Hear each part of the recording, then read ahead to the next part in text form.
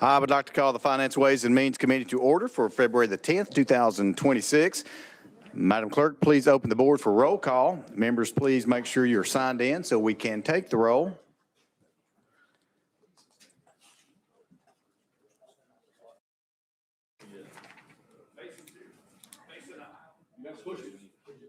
He's out.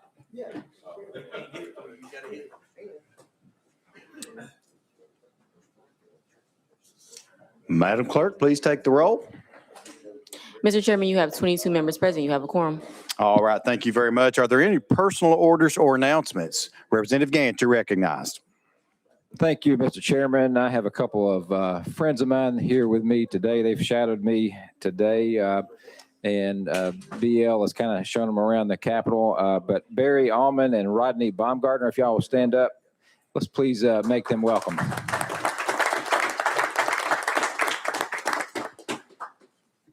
Thank you all for being here. Anyone else would like to be recognized for personal orders or announcement? Representative Sparks, you're recognized. Just want to recognize my intern, Jacob. Pagel like bagel. Raise your hand, Jacob. MTSU student. Y'all make him feel welcome. Any other personal orders? Hearing none and seeing none, we do have 6 budget hearings today. We will be beginning with the Health Facilities Commission. Members, again, please remember that all materials are on your dashboards. And without further ado, without objection, we are out of session. All right, we will ask the Health Facilities, if I can speak, Health Facilities Commission to come up. And Director Grant, thank you for being here. And we just remind you that we will be controlling the microphone. So when you see that red light come on your microphone, you're ready to speak. Please begin by introducing yourself and your team member there. Thank you for being here. Good afternoon. Thank you, members of the House Finance, Ways and Means Committee. My name is Logan Grant. I'm the Executive Director of the Health Facilities Commission. With me is John Carr. He's our Director of the Finance and Administration Division of Health Facilities Commission. We appreciate, let me pull up our slides real quick, unless we've been reassigned.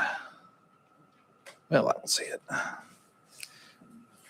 there's somebody who controls this remotely. Oh, there it is. Nope.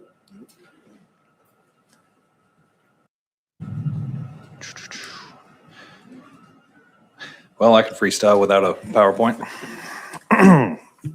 Give us just a second here, Director. We'll get this rolling for you. Yes, sir.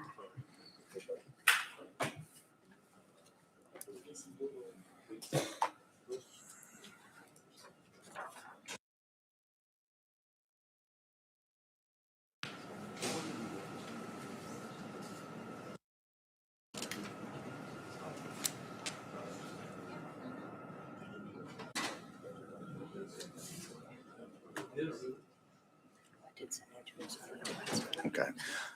It's like I did. Director, if you want to go ahead, and hopefully someone will be in here in just a few minutes and we'll get you caught up. If you want to go ahead and begin Yes, sir. your Thank you. presentation.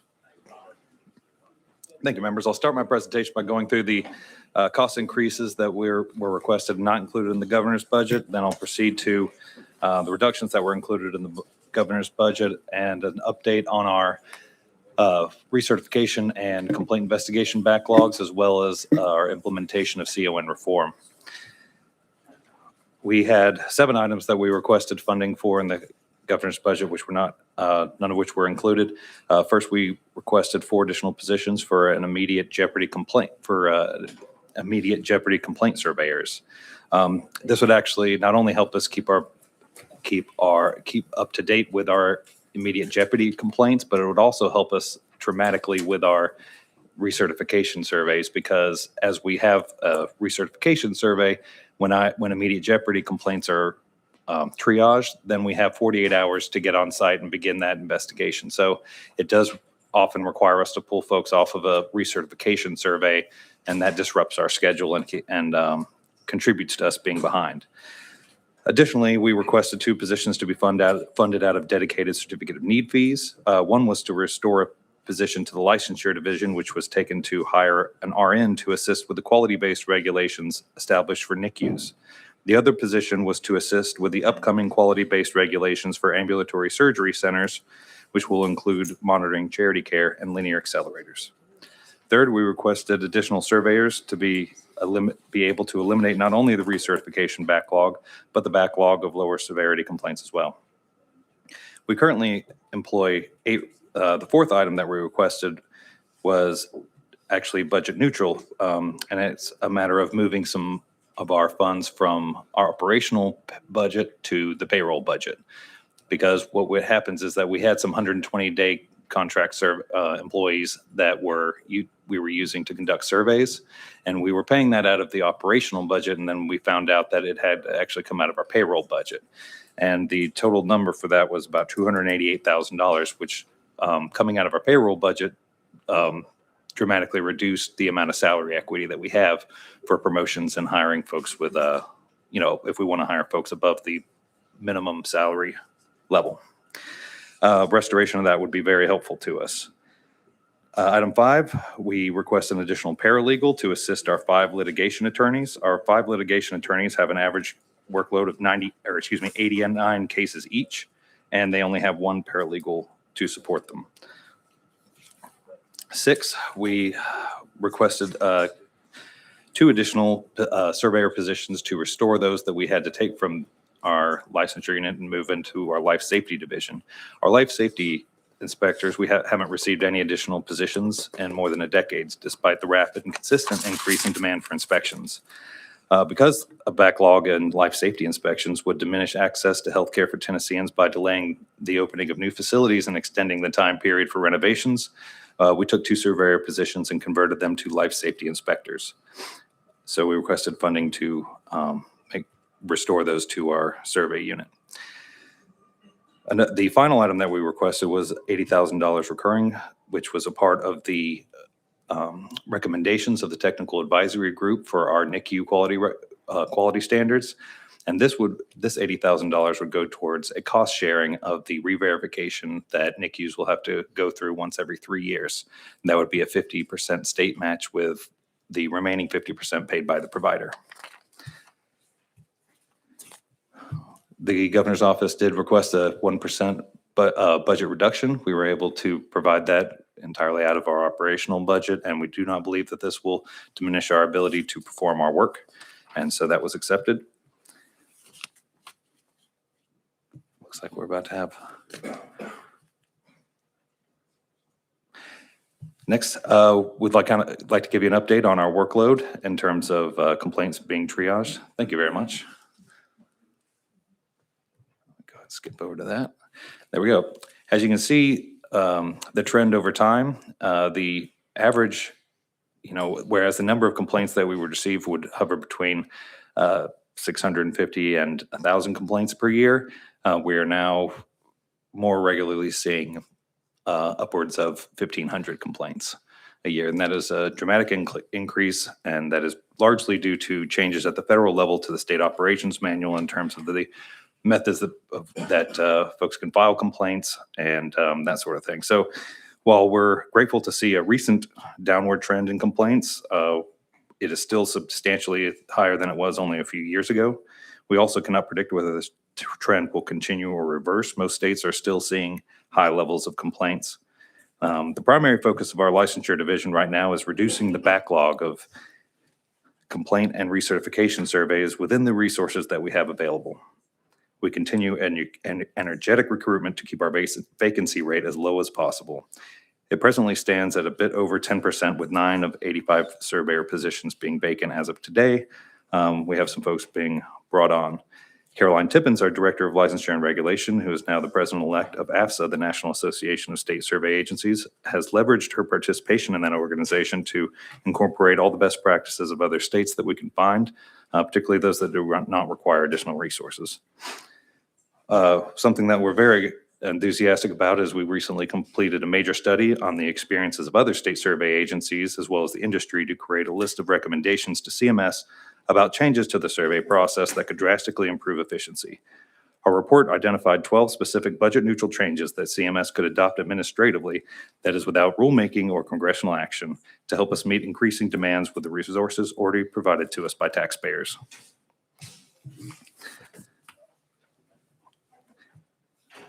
Here's a graph that demonstrates the recertifications that we were able to perform. I would point out that you'll see a drop in the fourth quarter of 2025. That is largely due to the federal government shutdown that took place, that I think was about 5 weeks. And during that period, we could not perform any recertifications as it was considered federal work. And so that did substantial harm to our ability to work through that backlog. Even despite that backlog, though, we would like to point out that there's been a 15% decrease in the number of overdue certifications from where we were in January of 2025. And although we were not given any additional positions to try and work through this backlog, we understand that recurring funds for permanent positions are the most challenging to create in the budget process. So we have rearranged our finances to make $600,000 available from existing funds to hire contract surveyors to perform recertification surveys. We've also used this money to request a 75% match of $1.8 million from CMS for these contract surveyors. However, we are very uncertain that we will receive those funds. Contract surveyors could assist our progress in eliminating the recertification backlog, but it is a very expensive form of assistance, costing up to $60,000 per recertification. And there are only 3 companies that employ the surveyors with the CMS required SMQT certification to perform these surveys. Most states in the United States are actually behind on these recertification surveys, and so we'll be competing for these companies or obtaining additional resources from their state taxpayers. Even with the funds we were able to invest in recertification surveys, we do not believe that we will be able to eliminate the recertification backlog by the deadline of December 31st, 2026, which was established in statute last year. One major problem which occurred was, of course, the federal government shutdown. But additionally, it must be said that some of our staff were putting in unsustainable amounts of overtime. We are very blessed to have hardworking, dedicated surveyors, and in order to keep them, we must have reasonable expectations. Our surveyors, administrative staff, and leadership regularly put in a lot of overtime. For example, during the first week of Winter Storm Fern, our West Tennessee regional office and central office staff alone put in over 145 hours of overtime assisting patients and facilities with evacuations, obtaining essential equipment such as heating sources and potable water, and coordination with emergency management and first responders. Our staff rise to the occasion in every emergency, but we can't expect them to put in 70, 80, 90-hour work weeks for a year or more. We're working with THCA, the Nursing Home Association, on legislation which would extend the statutory deadline to something we believe is achievable within existing resources that would not create significant staff turnover. With regards to CON reform, we're happy to report that we were able to achieve the first round of phase outs of services which were NICUs, burn units, and MRI PET. Those are now licensed. At our next commission hearing, the commission will be ratifying the licenses of several hundred newly licensed providers for these services. We're able to engage technical advisory groups consisting of providers from across the state to establish meaningful quality measures. MRI and PET machines will be required to be accredited within 2 years of licensure.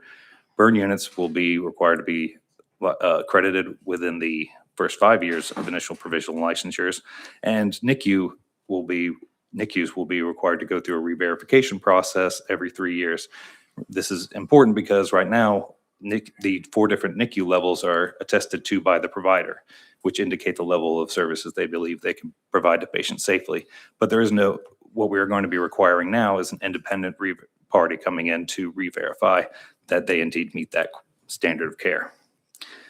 We are in the process of forming technical advisory groups for the next round, which will include ambulatory surgical treatment centers and linear accelerators and long-term care acute hospitals. The next phase out will be in December 1st of 2027. And that concludes our presentation. We're happy to answer any questions. All right, Director, thank you very much. Appreciate all the information. We do have several folks on the list to ask a couple questions about your presentation. We will begin with Vice Chairman Gillespie. You're recognized. Thank you, Mr. Chair. Director Grant, thank you for being here. We had an opportunity to talk about this a little bit yesterday, and you detailed it a little bit just a few moments ago. But I just wanted you to go over again in a little bit more detail about the survey deadline that y'all are facing, the dates. And you touched on, you're working with CMS to kind of figure out some ways to help them help you. I guess touch on, if you're not successful, what do you have a backup plan under the current budget constraints? Well, I think that we will, if we are unable to get CMS to go along with any of our recommendations for regulatory flexibilities for states, then we will continue, then we'll be in a pretty tough spot. To put it bluntly, I mean, they've already rolled out in the past several months, several more memos that will drastically increase our workload. And they don't have, I mean, something to understand about how CMS adds these unfunded mandates to it. So they don't have to go through rulemaking or anything like that. We check our emails at 7:23 a.m. on a Tuesday, and there's a 63-page document that we have days, weeks, occasionally sometimes months to, read, understand, and implement. And the federal funding is $9.25 million, which is less than a quarter of our budget. And yet we spend most of what we do trying to accommodate them. So I think most other states are in the same boat. So what other states are having to do, unfortunately, is go to the state taxpayers to subsidize this federal work, which, as a enthusiast of federalism is pretty objectionable to me, but we'll do what we have to try and get the job done. Representative Gillespie. Thank you so much. And I appreciate that. I would love to just keep this committee updated on that. That would be great. I used to work in skilled nursing or in a long-term skilled nursing facility. So I see exactly what y'all do on day in, day out, and how that is important to the patients and the consumers and ultimately the taxpayers. So thank you so much. All right, thank you. Next on the list, let's go to Chairman Hicks of Washington. Chairman Hicks, you're recognized. Thank you, Mr. Chairman. Thank you, Director, for being here. According to the website, the health facilities complaint box has been disabled since August 1st, 2025. What kind of methods are available for members of the public to file their complaints against the healthcare facilities in absence of the complaint box? What measures are you taking to make sure people's taken care of? Yes, sir. That is a very good question. We will, if you look on our website, there is a means to file complaints through our website. It has changed, and I think we will send out an email to all of y'all with the link to that and the instructions to it, so that there won't be any more miscommunication about that. And I do apologize for that. Okay. Chairman Hicks. Thank you, Mr. Chairman. One question: there could possibly be legislation coming this year to do away with CON by, I guess, January 2027. Is the Health Facilities Commission and your department prepared for that when and if that happens? If we haven't seen the governor's legislation yet, it hasn't been filed, and so I think that we will do whatever the General Assembly tells us to, and if that be the case, we'll do our best to find a way to do it. I don't feel comfortable saying without having seen it and being able to, because a lot of the potential challenges for us tend to be in the details rather than the big picture, because we have been working on CON for quite some time. I mean, we used to have, for example, 3 folks that were reviewing CON applications. We're down to 1. So we have been trying to, prepare, be flexible for that eventuality. But I couldn't say one way or the other without seeing it. Thank you, Director, and thank you, Chairman. Thank you. Next on the list, let's go to Chairman Williams. You're recognized. Thank you, Chairman. Thank you for being here. Just to follow up on the CON, of course, we have a phasing out of CON to licensure. You did report about those, that first round of those being done by the end of 27.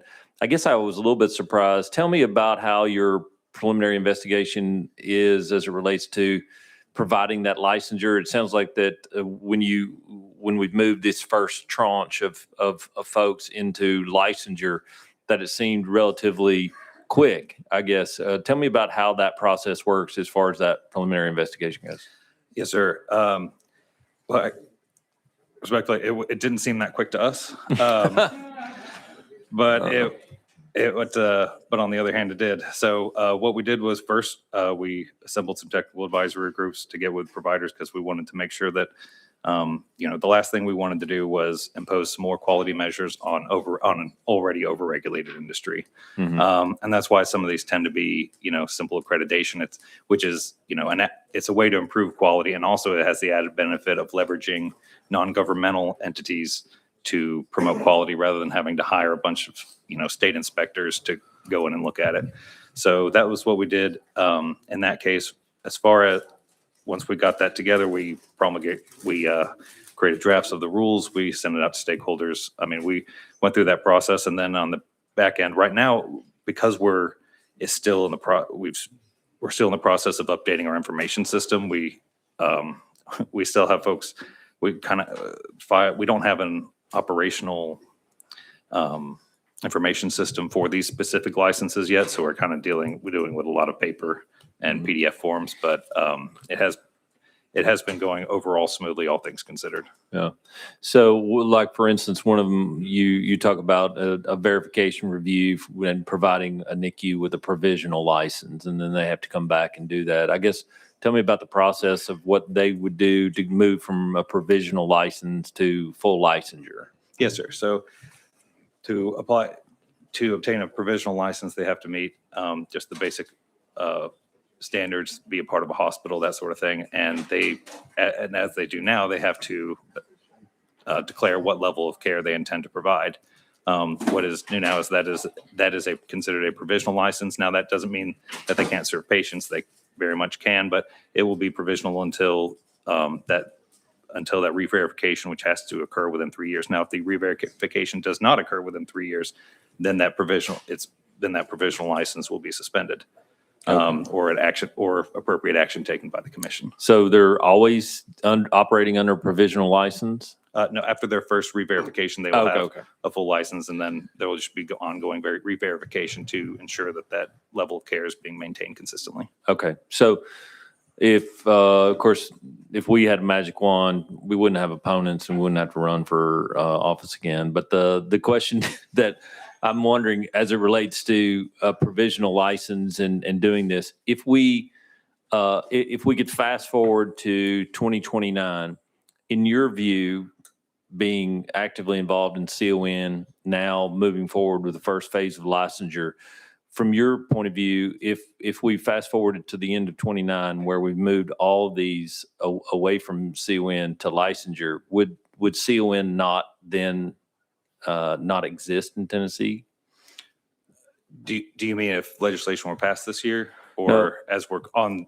What I'm saying, under the current law, over this period of time between now and 2029, the General Assembly deemed that we were going to move from CON to licensure. So, and we were going to do it in a phased-in approach because it was going to take you an inordinate amount of time and effort in order to do that. So if we were to look forward, 2029, when the deadline to move these out, would CON exist? Right now, CON would remain in effect under current law in 2029 because there will still be certain types of facilities and services that are governed by CON that haven't been scheduled for a phase out yet. Okay, thank you very much. Thank you.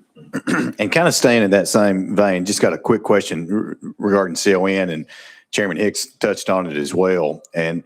So what role does the commission, what role will you all play? Let's say CON is completely eliminated. Does that mean you all go into an inspection of facilities role? What does that mean for the commission? Thank you, sir, for that question. Since we took over the licensure and surveying inspection of facilities, and again, that is the majority of what we do now. I mean, before we merged with the Division of Health Facility Licensure, we were about 12 to 16 employees. Now we're at 190, the difference being the folks that came over in that merger. So we would, yes, continue to license and inspect them and of course, take action against those who violated the standards of care. All right, thank you. Next on the list, Representative Capley, you're recognized. Thank you, Mr. Chair. Director, let's talk about the HFC reserve. As of June 30th, 2025, the commission had over $4 million in the reserve, which was used for agency operations. Can you give us some background on those funds, the source of them, how and when they're used, please? Absolutely. And when I run out of, when my memory runs out, I'll defer to John. So because a lot of the CON fees are dedicated funds, when we over collect, part of that is going to be a function of when we get a lot more CON applications in a given year, because of course we can't dictate how many applications we get, nor can we, and the application fees are established by the cost of the project. So it also depends on what type of project it is as how much we collect. Now that is counterbalanced by some health planning fees, which are a nice stable source of revenue. So we're not, worried about being able to cover our expenses in a given year. However, a lot of those resources, a lot of the reserves I know have been used for our information system that we've been paying for. What else have you could add to that, John? I'd appreciate it.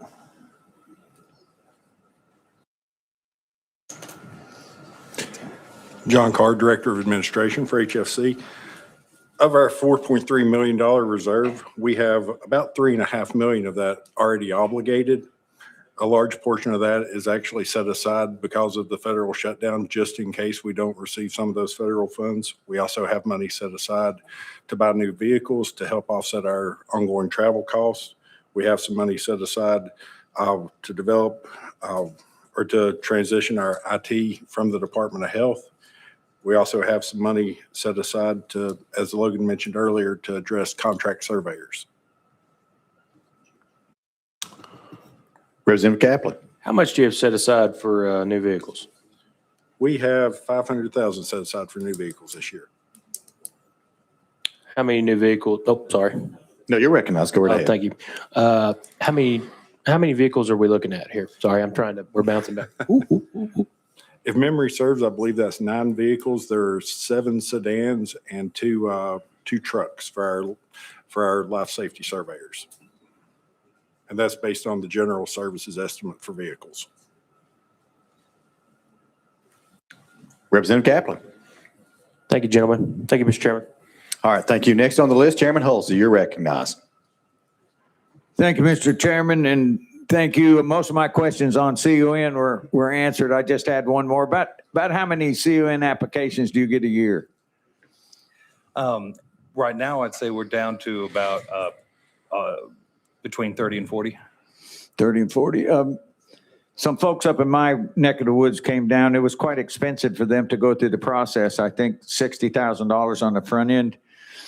I don't know what the average is on application costs, but does that money go back to the general fund? And I'm ignorant on this. Does it go to the general fund or does it stay in your bailiwick? So our CON application fees are capped out at $45,000. I believe the minimum is they range from $3,000 to $45,000. Now, applicants often incur additional expenses through hiring attorneys and consultants to help them through that process, which, of course, we can't control how much they invest in that. But the money that we collect in application fees does go to our CON, dedicated CON fund. Okay. And used to support our operations. All right, thank you. Members, I have no one else on the list. Director, thank you. Thank you for being here and thank you for your presentation.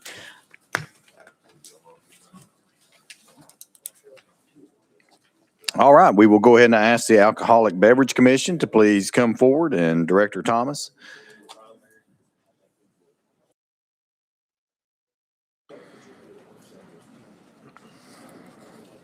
Members, just a reminder, the documentation is on the dashboard.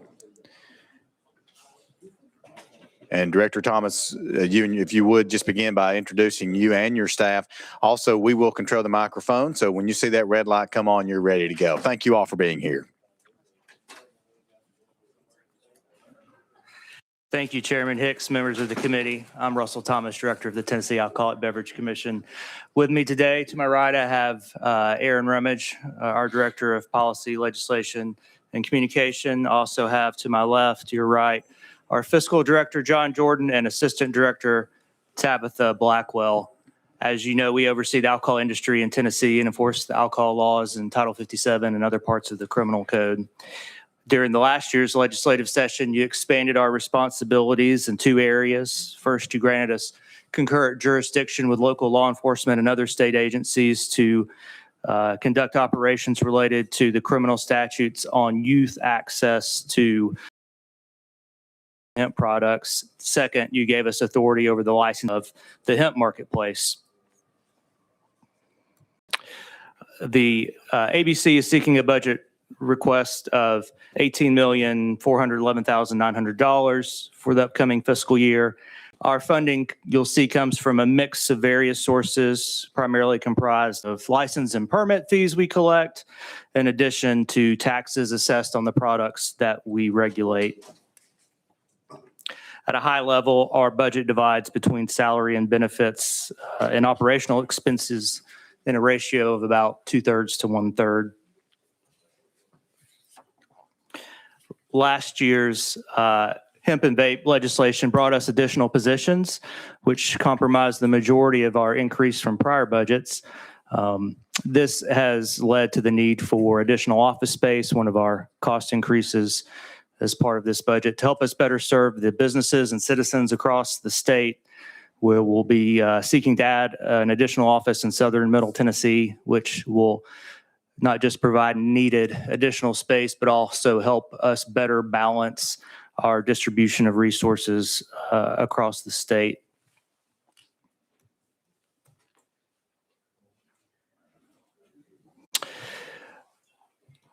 Summary of our positions across the state. We have a large number of law enforcement agents in addition to our licensing and administrative staff. We're proud to have over 10% of our staff that are veterans. So you can see it's been a busy year for us.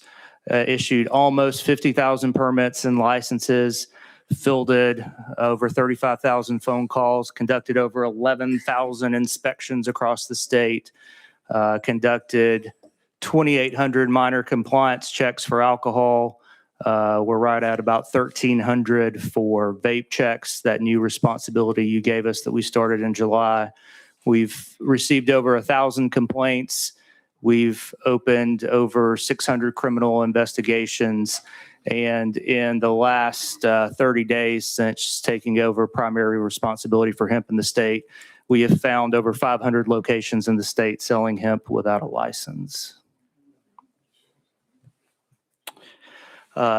Looking at our revenue streams a little bit, the next few slides will give you a sense of the alcohol marketplace and some of our revenue streams there. Here's an enforcement tax. That's a 15 cents a case fee that the legislature created in 1963 to fund our agency. And it shows a breakdown between wine and spirits. You'll see after years of steady rises, we've seen a little plateau, a little retraction in those sales volumes. The next slide shows Tennessee's alcoholic beverage gallonage tax. Similar numbers reflect the long-term trends in the volume of alcohol sold within the state. This graph shows mixed drink tax. So this is the tax that's assessed at bars, restaurants, similar businesses where people enjoy alcohol on premises. This, you'll see, goes back 10 years, so it includes COVID. That will be the big dip in the middle. Other than COVID, there's been a long-term growth trend that has started to flatten out a little bit in the last 12 to 24 months. And with that, we'll be happy to answer any questions you have. All right, Director, thank you very much. We do have some folks on the list, and we will begin with Leader Lamberth. You're recognized. Thank you, Mr. Chairman, and thank you all for the wonderful job that you do every single day. You've got a tough gig on trying to regulate substances that are intoxicating and can be very dangerous, especially when used in excess, and to make sure that the folks that are selling those substances are doing so within a well-regulated market and that everybody's following the rules. And so I really, really appreciate that because it literally saves lives. And so we have asked you all to take on an additional responsibility when it comes to hemp, which is an intoxicating substance. And when this legislature first passed some of those bills, I think the story was a bit different then than it is now. And so now it's in drinks and it's in candies and it's in all types of different substances. And there's a interworking between state and federal law. So with that in mind, ag at one point regulated these businesses, and we saw some shortcomings there and just some of the resources they had and the structure that they had. And we thought that you all would do a much better job. So I'm going to ask a couple of questions just about how that's going. Much of this we've covered in our meetings over the last 6-8 months and year. And I do want to commend you for being extremely open and transparent with both me and other legislators and with all of the vendors that are now moving from one department to the other on regulation. I've heard very good things about your interaction with those folks who are our customers here in state government and our citizens here in Tennessee who we serve. So with that in mind, how many legacy licenses are still out there and active under the Department of Agriculture? And I know there's an agreement amongst all parties that those will go away on, I guess, June 30th of this year, but how many are still active under ag? We have about 3,500 active legacy licensees. And how many individual, either wholesalers or retailers, have applied for the new license under ABC? So we've had about over, I'd say 200 applications come in the last 30, 35 days. And it's still new on that, but I mean, you know, are you seeing a steady kind of flow of folks coming in? Yeah, yes, increasing every day significantly. Okay. And if there's anybody that's interested in this topic, or if any of the members here know of anyone's interested in the topic, I mean, by July 1st, everyone that wishes to sell these products in the state of Tennessee has to get a license through you all, correct? They do. And we've had a lot of great cooperation with a lot of the industry groups and trade associations on getting the word out. And for those that haven't gotten the word, we'll be knocking on their door if we haven't in the last 30 days to tell them about their new responsibilities. Good. And we've put in some timelines on this, and we don't want anybody to be surprised. We want folks to be licensed. I, for one, am very, very disturbed by the 500 folks that were selling these products unlicensed. And we all see it every time you go to the gas station, every time you go into a small store somewhere. I mean, you kind of wonder, well, how in the world could they possibly be licensed if they're selling it in this way? So we want folks licensed when people know what they're getting. If you have this number, how many of the folks that have the legacy ag license now, which again is good till June 30th, have gone ahead and applied for the new ABC license? We've seen a good number already start to apply and go ahead and apply and engage with us, talking about that transition. Good. Well, and I hope you'll see more of that because quite frankly, that makes it just a seamless handoff. That way there's no interruption in their license at all. If you can, give us kind of an overview of the license and application fee associated with the new license. So how expensive are they? What's the process? And how much revenue has been collected to date from those? And I know it's only 200 and something licenses, but how much has come in so far? So I'll, after I go over the license fees, I'll get our fiscal director to give you those totals. I believe he's computed those, but our highest volume license type is the retail license. We've got supplier, wholesaler, and retailer licenses. Each have a $500, one-time $500 application fee, and the retail license has a $1,000 annual fee. And then we have $2,500 and $5,000 for supplier and wholesaler license fees. I'll turn it over to John Jordan. Do you have the totals that we've brought in these last 30, 45 days? I do. My name is Jonathan Jordan, the fiscal director with the Tennessee Alcoholic Beverage Commission. So as of 1/31/2026, so we have approximately 193 applications that are showing in our payment system. That totals $96,000, 23 retailer licenses issued for a total of $23,000. 2 supplier licenses at 5,000 total, and 2 wholesaler licenses totaling 10,000. In aggregate, we have approximately 134,000 brought in as of 1/31 of this year. And obviously, that's not going to be sufficient to run the regulatory program. But initially, when we first got this started, we allocated, I think it was 28 additional positions for this oversight. Now, I know there's been some federal changes, obviously, within this market that have slowed things down remarkably. But how many of those positions are filled currently? And have you filled them to the degree that's necessary to be able to handle the volume thus far?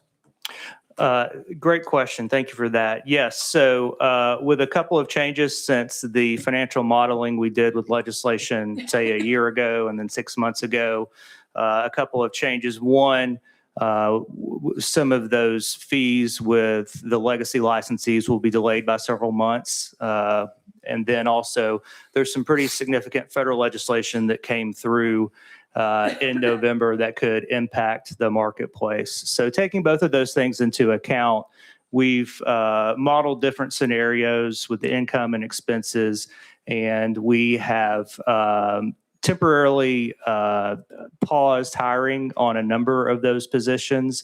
And we think that we're at a pretty good balance right now to be able to handle the increase in responsibilities over the next few months as the numbers come in. And then as we get closer to the turnover in the fiscal year around July and more revenue coming in to bring in additional resources as we need those. Well, I know we allowed you all to cross-train some of these folks, but I mean, how many people actually, of the 28, I mean, how many have we hired? So, or that fill that spot? I mean, yeah. because again, it may not be a new hire if you've just Yeah. cross-trained someone. Yeah. So we had 28 positions with this bill and 12 positions, I think, with another bill. And we have hired over half of those positions. Yeah. All 12. So we have about 20 vacant agent positions and a couple of 2 to 4 administrative positions. Okay. And beyond that, that's all my questions, Mr. Chairman. Thank you. And again, thank y'all for taking on this new responsibility. Was there something you wanted to add on that? No, thank you. Okay. Again, just thank you. We'll continue to watch this closely. We want this to work well for you all. We want it to work well for the vendors and specifically for our constituents here in Tennessee that really did not have a well-regulated market in regards to these products, and half the time didn't know what they were buying at the store. And so I know it's been a lot of transition on this, but thank you for taking it on. And again, thus far, I've heard very good things for kind of all parties involved. So thank you. Thank you. All right, thank you. Next on the list, Chairman Hawk, you're recognized. Thank you, Mr. Chairman. With your indulgence, can I have a similar line of questioning that Leader Lamberth just did back and forth? Yes, sir. Please do. Thank you very much. Ladies and gentlemen, thank you very much for being here. Director, thank you very much. I appreciate that. I want to talk about the vape legislation that, in addition to what Leader Lamberth was discussing, we've also given you some purview with vapes therein and compliance checks. And I want to go down slide number 6, 2025 TABC activities. If I could go down there, you answered one of my questions about how many unannounced compliance checks on retailers, distributors, and wholesalers happen with vape products. I believe that's 1,295 is in there. Yes, sir. Opponents of the legislation we had dealing with vapes last year strongly asserted that folks were not selling vape products to underage consumers. For my colleagues, I see how many we've got there. Can you please tell me how many stores were found to be non-compliant out of those 1,295? That would be 231 out of that 1,295. Okay, that's a lot more than none. Yes, sir. Okay. Can you give us a breakdown of what type of stores those were, or is it too deep into the weeds on that one? Mr. Rummage has those numbers and can rattle through a little bit more of that. You want to borrow my glasses? Maybe. It's about that, getting there. Appreciate it though, Chairman. Aaron Rummage, TABC. So we have them broken down into fuel and convenience stores and then just tobacco specialty stores. We've checked 916 fuel and convenience stores, and 131 of those sold to the minor. They have a 85% compliance rate. The tobacco specialty stores, 471 we checked, and 118 have failed at a 75% compliance rate. Okay. And anecdotal information that I've seen in the last 6 months bear that out. Nearly 1 in 5, broadly 1 in 5 stores are non-compliant. And thank you for doing the checks and helping us get the word out that if you sell to underage folks, you will get caught. Let's talk a little bit about the positions, and you talked some with Leader Lambert about that, but you've received some additional positions to enforce the vape products as well. If you could talk about those positions and how many of those are filled or unfilled, and you may have some folks doing 2 different or 3 different things at a time. Can you address the positions there, sir? Yes, we have filled those positions. So that legislation went into effect a little bit earlier, and we were out on the streets conducting those compliance checks on day 1, July 1st, last summer.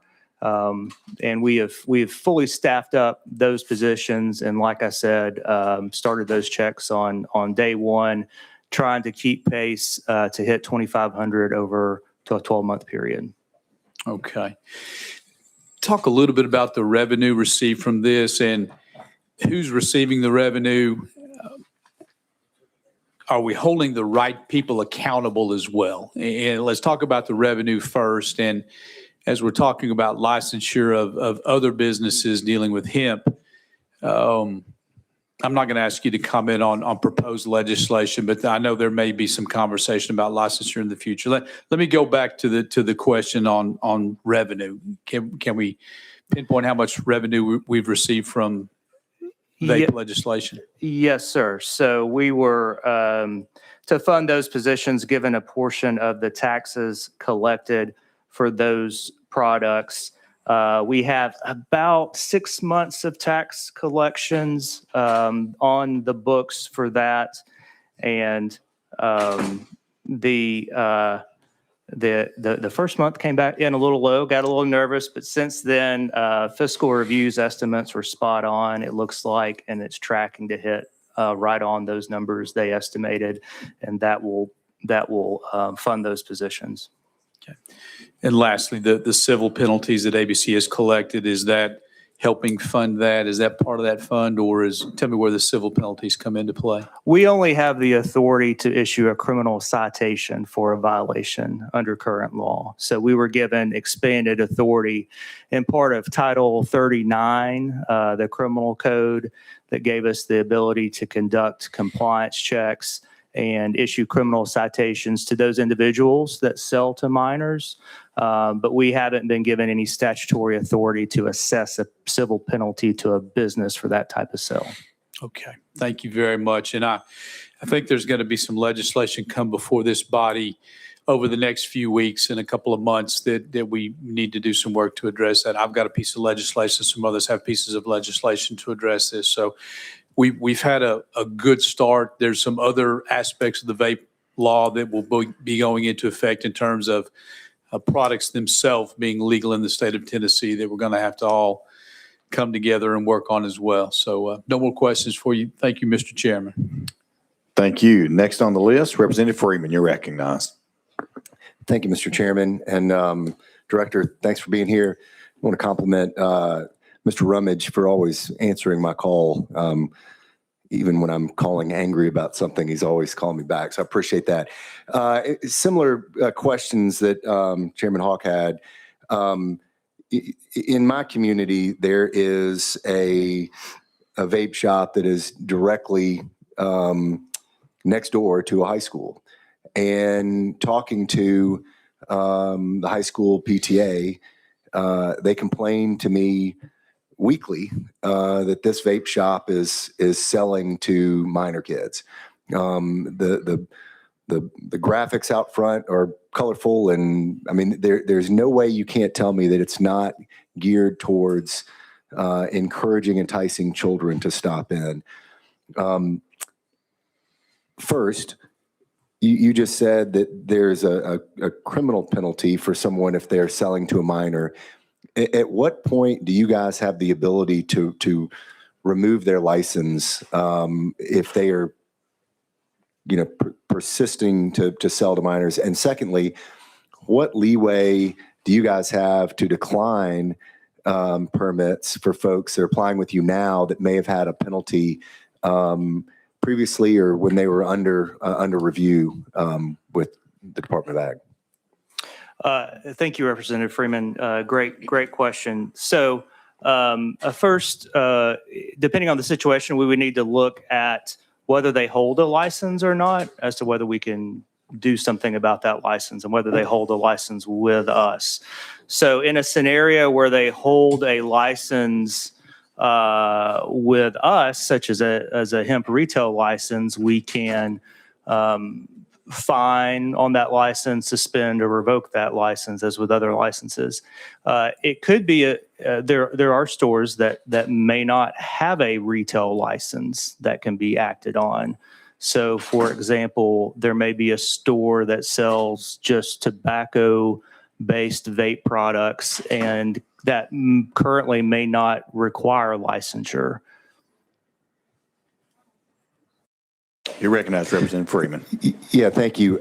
I just encourage you to continue with these compliance checks and be super diligent, because I think we're missing it. I think that 25%, that 1 in 5, is anecdotally significantly lower. If you look at the stats of underage kids and how many of them in the last 30 days have used a vape product, it's far outpaces when Aaron and I were in high school, a long time ago, the percentage of kids that had smoked a cigarette. So it's easier for them to get it. They're using it in schools. You just walk through the mall and kid after kid is openly smoking a vape walking through the mall. They're getting them at these shops, and we've got to do a better job protecting the kids of Tennessee from this heavily addictive product that we are marketing as a toy. And they buzz and light up and sing songs when you smoke them. They sell flavors that no adult is ever going to use, and they're targeting children, and we've got to do a better job of shutting this down. And to make sure this is clear, and to follow up, I think, on a point Chairman Hawk was raising, for these stores, if they sell only tobacco vape products, they're not required to have a license of any type. So there's not a regulatory enforcement mechanism against these stores in many situations under current law. Well, that needs to be changed then. Thank you. All right, thank you. Next on the list, Representative Gant, you're recognized. Thank you, Mr. Chairman. Commissioner, thank you all for being here today. I think a year or two, maybe 2 years ago, we passed legislation to try to improve the collaboration with law enforcement back to you guys involving a DUI crash. And have we seen improvement there in the communication? And the ultimate goal is to identify the bad actors that potentially overserved that individual that was involved in that DUI crash that killed somebody. Mr. Rummage, you want to take that one? Yeah. Yes. We feel like we've seen significant improvement after the Tennessee Prevention of Drunk Driving Act, which of course you're familiar with, Public 961, which that bill required law enforcement to notify us anytime there was an alcohol-related road death. And for years, we've been operating a TRACE program, Target Responsibility for Alcohol-Connected Emergencies. And since then, like this past year so far, we've done, 25, we investigated 42 deaths. And you're seeing over 25 and 24, the road deaths were down 20% each year. Now, there is some talk across the nation about, drinking is down a little bit, but certainly not 20%. We are getting feedback from our licensees, and we're also sending out a lot of information to them. And so this program has really kind of sent shockwaves around. I mean, there's nobody who wants the ABC investigating a road death in their business. And so there's a lot of talk about it. So we think that it's made a great impact. And we've also looked at the times of those deaths and the days. And a lot of them, the reductions we're seeing Friday, Saturday, those nights where people go out and at the hours that people go out. Of course, you have to, pat local law enforcement and the state troopers on the back for, patrols. And, but we're all kind of working as a team. But that was definitely a good bill. And when we were glad to see that pass. Representative Gant. That's all I have, Chairman. Thank you. All right. Thank you. Next on the list, Chairman Hicks of Washington. Chairman, you recognized. Thank you, Mr. Chairman. Thank you for being here, Director. And you touched on this a little bit, so I will dig a little bit deeper. The federal farm bill that was passed last year will make intoxicating hemp illegal this November. What does that mean for ABC's regulation of hemp in Tennessee? Will people be able to sell products that are illegal federally in the state of Tennessee after? Great question. So Congress, in the bill that ended the shutdown around last November, included a rider that changed some definitions of hemp at the federal level. It did a couple of things. It changed the federal definition of total THC to include not just Delta-9 THC, but other intoxicating substances from the cannabis plant and that calculation, something that this body talked about a lot last year. But in addition to that, on the one hand, it did for the first time say that there is an acceptable level of THC in products in the marketplace, but it set a total amount of THC in any given product at a very low serving size. So that would exclude a lot of products that are currently in the marketplace under primarily that amount of THC in a product. Now, as part of that legislation and related to that legislation, we expect to hear more guidance from the administration in Washington on several fronts. That will include, first, as part of the legislation, the FDA was tasked on doing some rulemaking to flesh out that legislation as to what substances go into that calculation and how to define a serving size that was described in that legislation. Also, we haven't heard any guidance from the Department of Justice as to what type of enforcement position they plan to take in this that they've given in years past. For example, when other states have passed laws that created a non-compliant marketplace. So we're in a bit of a wait and see for more guidance from DC over the next couple of months. Thank you, Director, and thank you, Chairman. All right. Thank you. Members, I have one more on the list. Representative Sparks, you're recognized. Yeah, my question isn't related to vapes, but the gas station heroin. I can't pronounce the word tianephrine. Is that it? I don't know if y'all are familiar with it. I mean, TBI is familiar with it, but this being sold in the gas stations, we call it gas station heroin. I hope y'all are familiar with this. But are y'all monitoring this stuff or trying to report it when you see it in stores? If our agents are out anywhere in the state and see any illegal activity, they will certainly report it to any other law enforcement that has any authority over that. We don't currently have any licensing authority over any products like that or any specific directive for that. But if they're in any of the stores that we license and they're doing something illegal, we would certainly look into that. How many reports have you made to the locals about it? I'm not Zero. familiar of seeing that Zero. of that substance in any of our licensees. Yeah. Now, Well, I mean, now, currently our licensees until a few weeks ago were mostly package stores and grocery stores, and not. And we're just now having some of the smaller stores online, but we really won't have much in the way of gas or convenience stores licensees. Those type of businesses don't qualify for most of our license types. Yeah, but if you see it, you're going to report it, right? If we see anything illegal, we're going to look into it or report it to other agencies. But y'all are familiar with what I'm talking about, correct?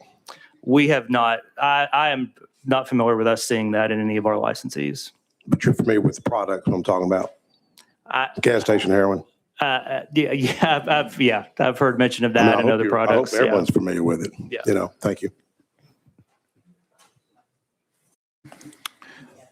Members, we are about to run out of time, so if you would, I've got two more folks on the list, so if you would just ask your questions and just a brief answer and we'll move on. Representative Love, you're recognized. Thank you, Mr. Chairman. And along the lines of things that are illegal and harming our children, heard about this new thing out there that is used to actually make whipped cream, but folks use it to get high off of, called Whip It. Nitric oxide, I think. Can you speak? Is it on your radar? It is on our radar. We don't, again, that's a product that's more in businesses that we don't currently license or in necessarily, but that and the other gas station heroin and things like that are things that are topics at trainings that we go to with all these emerging drug trends and things like that. That particular substance, I know that our peers in Louisiana in recent years have talked about encountering that in some of their licensees, and they had some legislation on that front. But currently those, we're not seeing those in our current licensees. Thank you. Thank you, Mr. Chairman. Thank you. Next on the list, Representative Parkinson, you're recognized. Thank you, Mr. Chair. I just want to compliment you guys. Russell, always responsive. When I call and the team, they always get the work done. And I just wanted to say, good job. And I truly appreciate, all the work that you guys are doing. Thank you. All right. Thank you. All right. Thank you very much. All right, Director, thank you for being here. Thank you for answering our questions and for your presentation. All right, we will now ask the Department of Revenue, and I did see Commissioner Gargiano back there. There he is.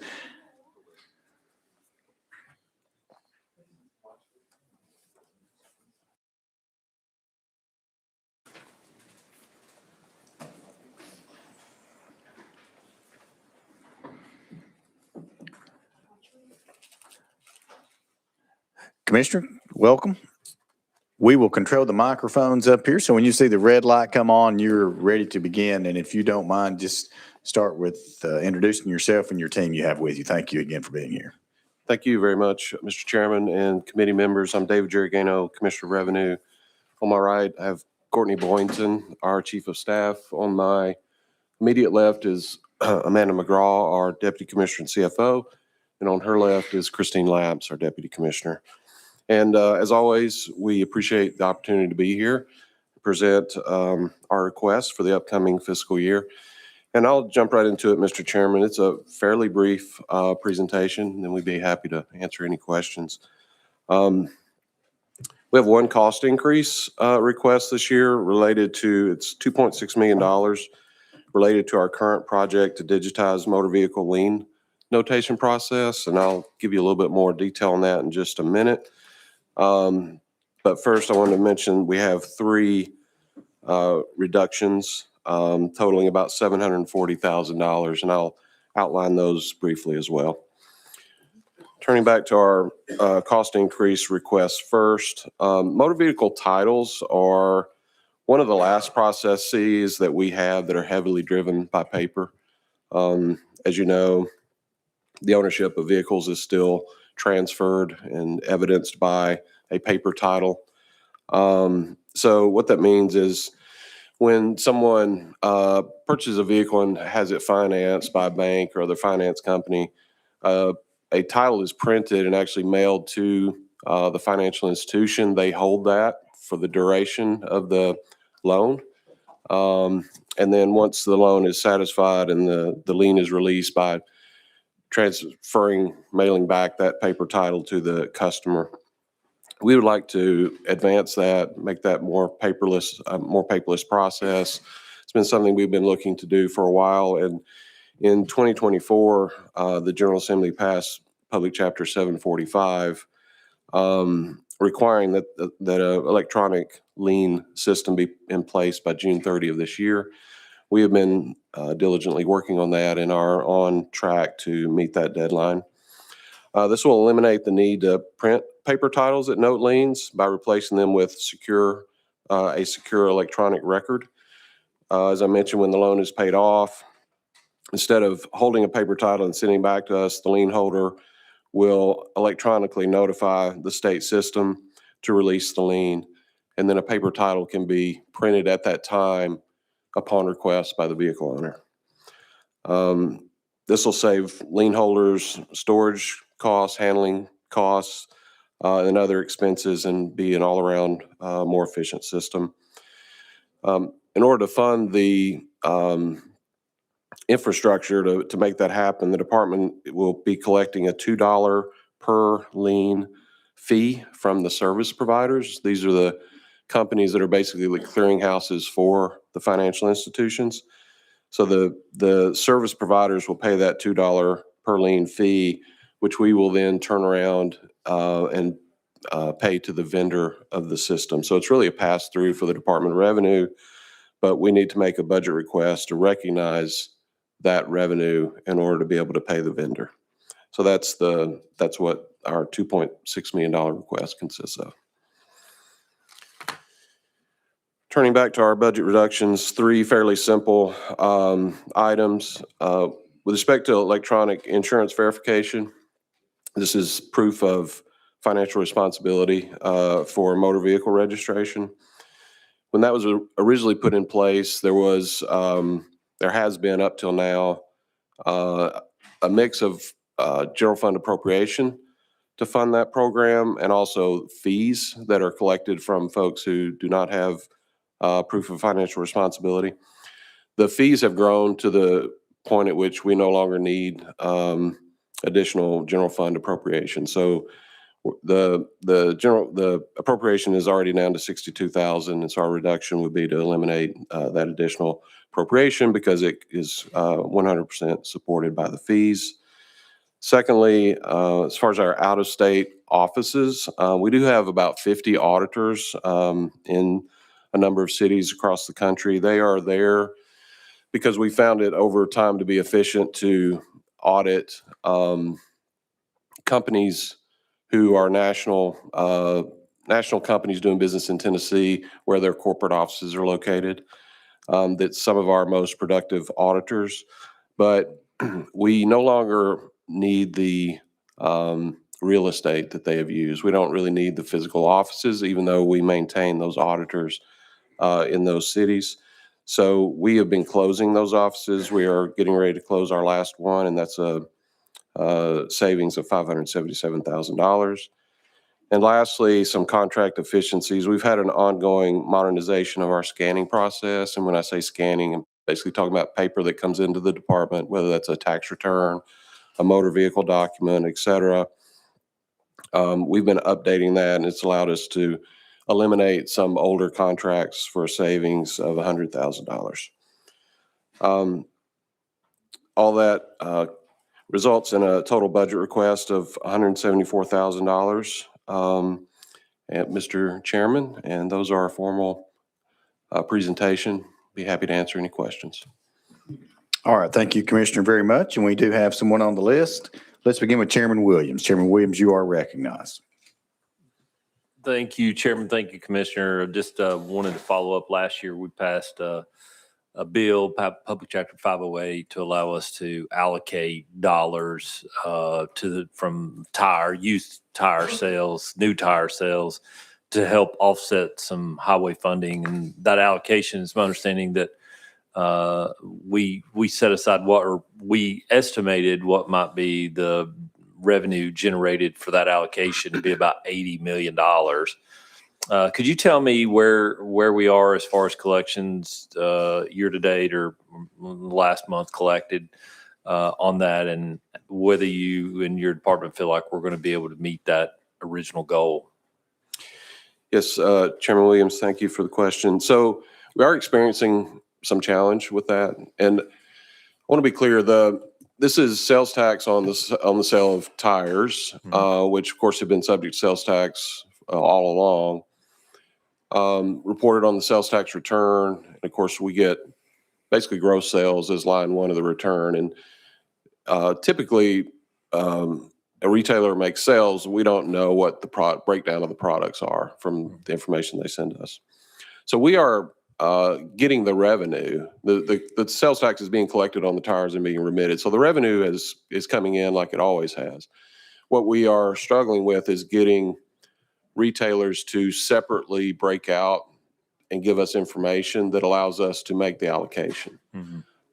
So currently we are allocating about $2 million a month to the highway fund, which is obviously well below the amount that was anticipated. I think the anticipated amount is correct. We are simply, despite education efforts, it is sometimes difficult to get someone to fill out a line of a return when it doesn't impact the amount due. It doesn't impact the bottom line. There's really no consequence if they don't fill it out.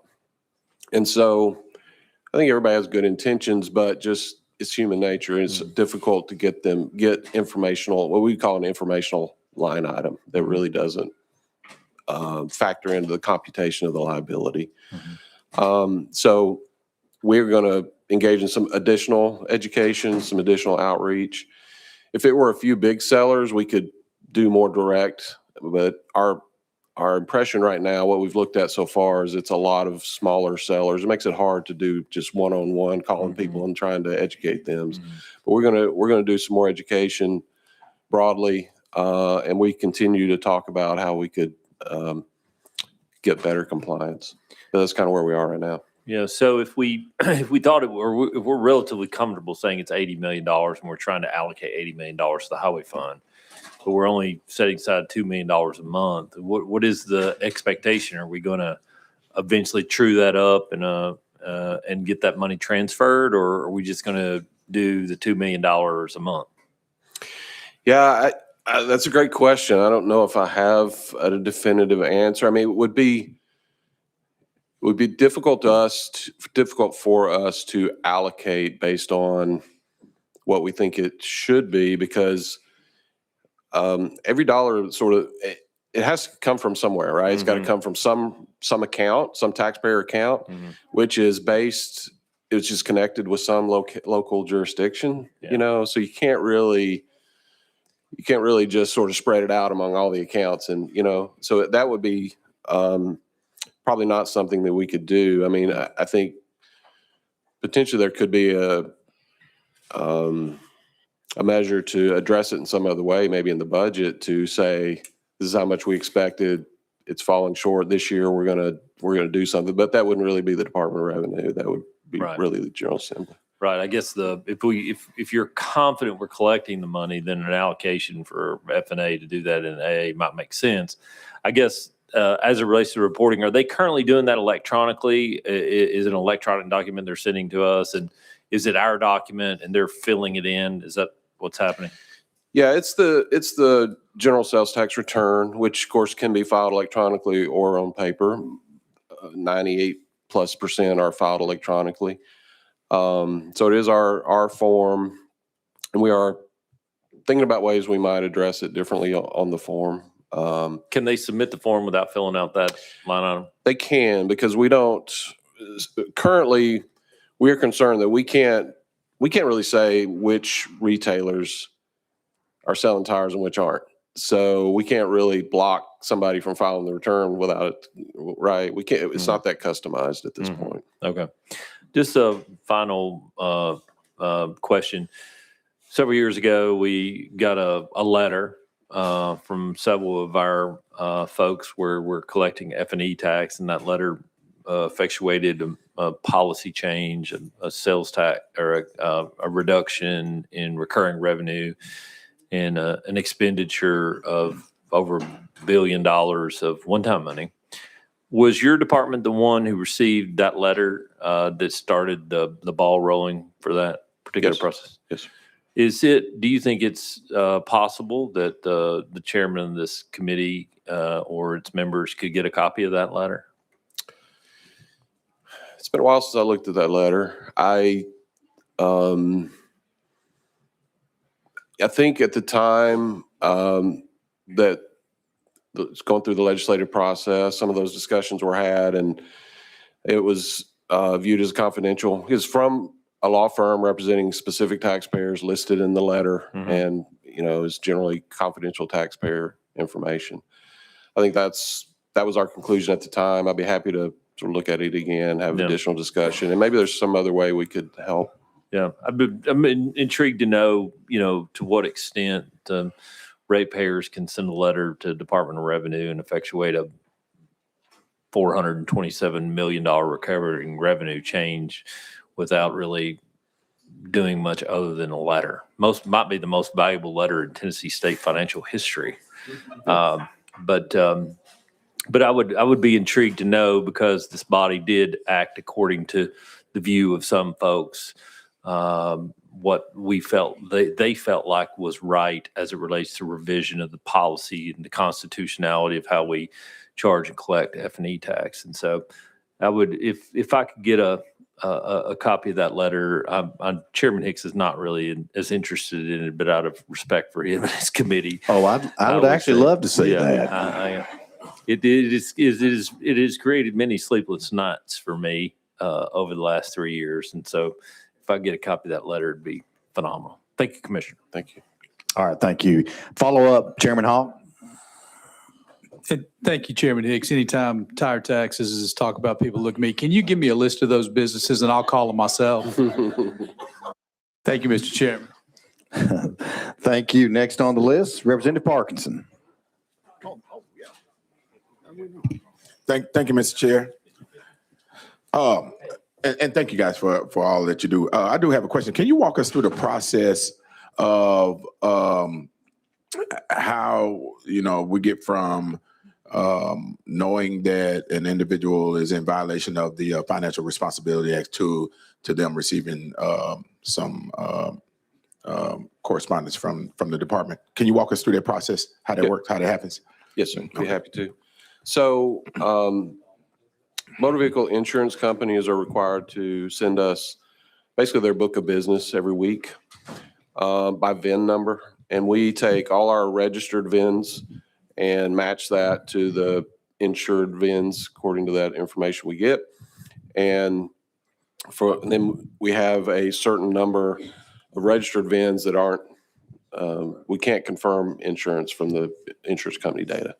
So we refer to that as sort of our unconfirmed list. And we use that term purposefully because some of those people do have insurance. There's just, with that much data, sometimes the VINs are mismatched and there are issues in the data. So it doesn't mean that every one of those doesn't have insurance, but that's your unconfirmed population. From that population, the first requirement, this is all statutory, the first requirement is an inquiry letter. So we don't necessarily say you don't have insurance, there's no fee. It says, based on our information, you may not have insurance. We ask them to verify it. And then if it's not cleared up that they have proof of financial responsibility in response to that inquiry letter, then there's the first letter, which says if you do not provide proof within a certain amount of time, there'll be a $25 uninsured fee, basically. The next letter, it ramps up from there. The next letter says if you aren't able to provide proof, then a $100 fee.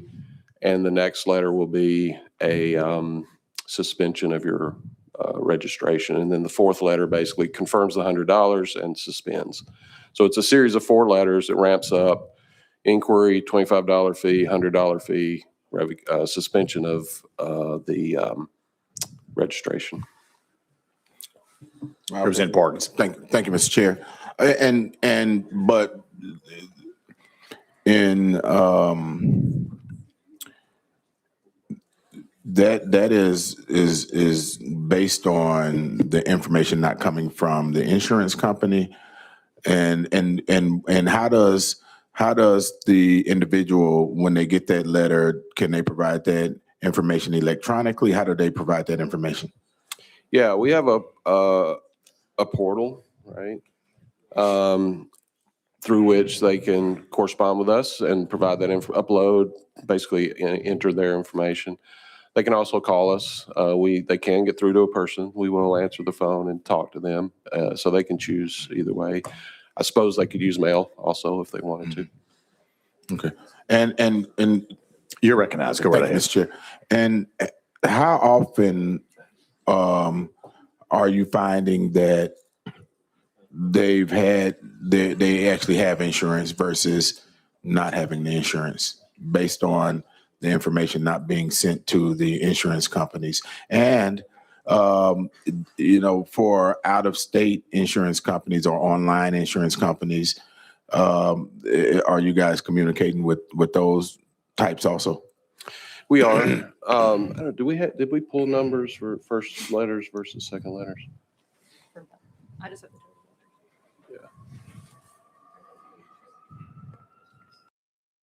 Something like this. Yeah, I don't have a breakdown of like the first inquiry letters versus how the rate at which it goes down. I'd be happy to flesh that out with better detail and get that to you. I don't have it with me. I can appreciate that. Mr. Chair, am I okay? Yeah, go Okay. ahead. I can appreciate that. And if you can get that information to the chair, I would kind of like to know, what that percentage is of those individuals that actually have insurance and are being reported as not having insurance. Right. I understand. Lastly, businesses, and I think this falls under your purview, businesses that are under trust, that are owned by trust or are transferred into a trust. How does that work in regards with to F&E and in the tax structure and how they are supposed to pay and generate taxes? Yeah. That's a great question.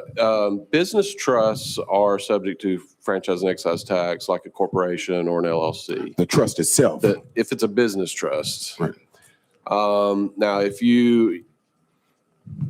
I don't know, if I have an individual trust and put a business like an LLC in that trust, I think it's the LLC still is subject to the tax, not my personal individual trust.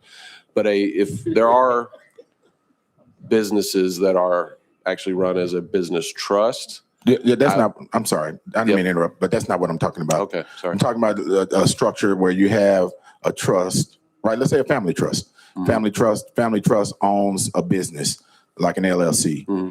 How does where does that tax responsibility for that LLC lie? Yeah, I think that's still, the LLC would be the registered taxpayer with us. And for that business income of that LLC, I think that LLC would be, well,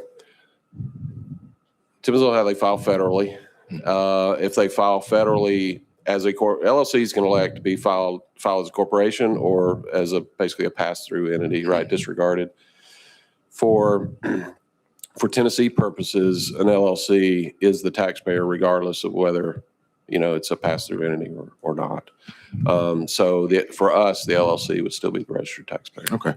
Yeah. Thank you, Mr. Chair. Thank you for that. Appreciate you, Commissioner. Thank you. Next on the list, Representative Gant. Thank you, Mr. Chairman. Thank you guys for being here. Concerning the professional privilege tax, do we have updated numbers on that as far as what is coming in total annually? We do. I believe Mrs. Boynton has that. I'll defer to her.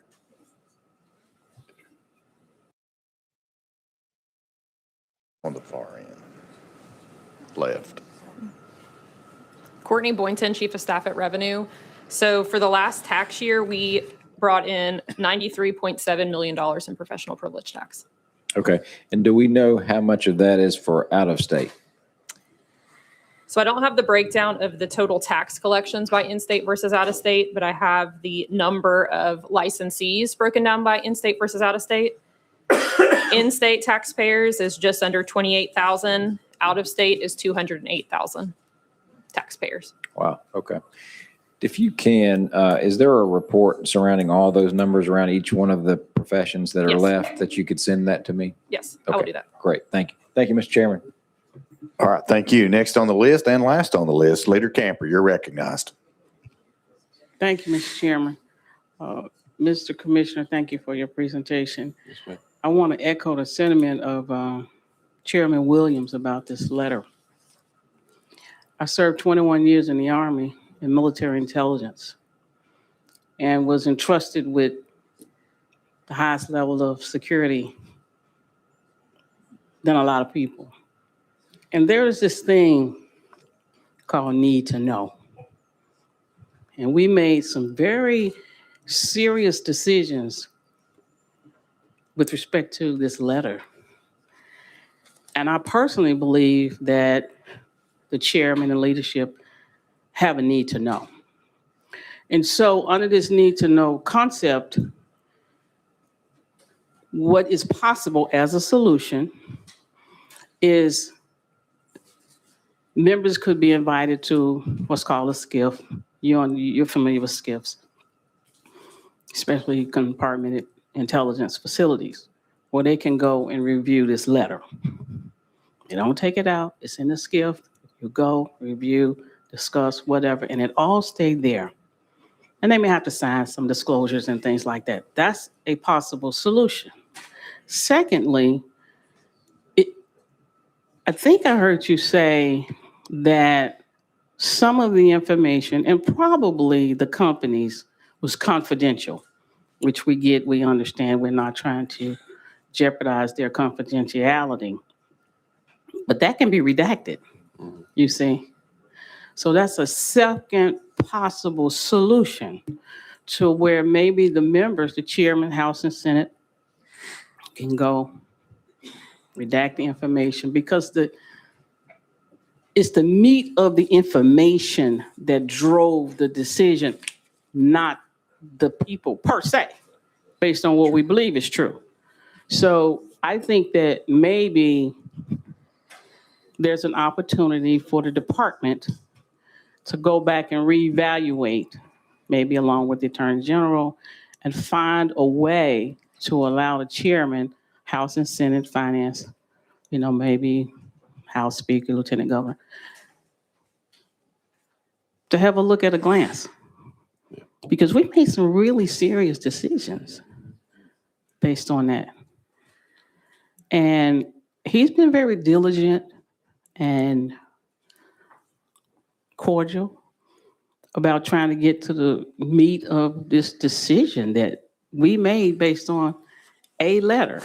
So I will offer as a solution for us to really consider ways that they can have. I'm not saying Leader Camper have to have it. What I'm saying is leadership may just have to. And maybe there's an opportunity there, that they can make even more informed decisions on. And because we know who they are, we trust them, we feel that they will make the right decision. So I offer that as a solution that maybe you could consider to go back and take a look at a glance and see how we can get access to that letter that is costing taxpayers a lot of money. Yeah. And I appreciate you, Mr. Chairman. And if you want to offer some feedback, I'd appreciate it. Yeah, Leader Camper, I appreciate it. I 100% agree with the weight of the decision, that was made. It weighs on, it weighs on me as well. So there's a lot of gravity, there's a lot of money. We will be happy to go back and I hear the concern.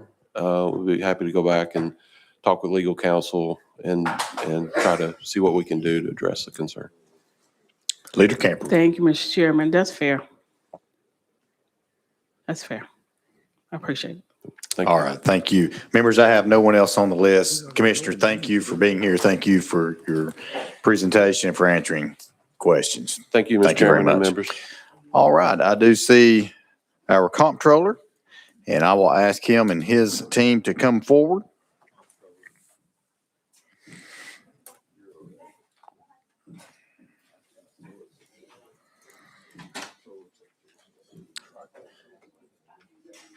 And Mr. Comptroller, as you get situated, just a reminder, we will control the microphones up here. So when you see that red light come on, and again, thank you all for being here. Just a reminder that the documentation, they're all on the dashboard, so you can log in and find it online. So thank you very much, Mr. Comptroller. Thank you, Mr. Chairman, members of the committee. It is always good to be here. As I say, every time I sit in here as an alum of this committee, as an alumni member of this committee, it is always good to be back. I appreciate to talk about our fiscal year 2027 budget.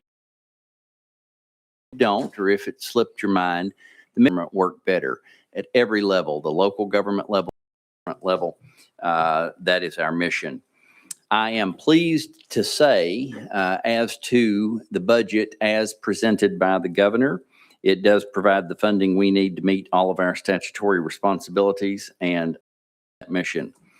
I do want to share some thoughts with you on at least three different things and then take your questions.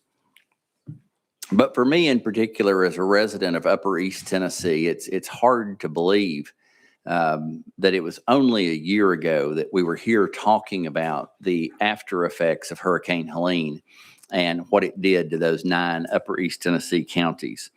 As a result of that, you came back in session last year and stood up a first of its kind program that used state dollars to offer relief to property owners affected by the storm.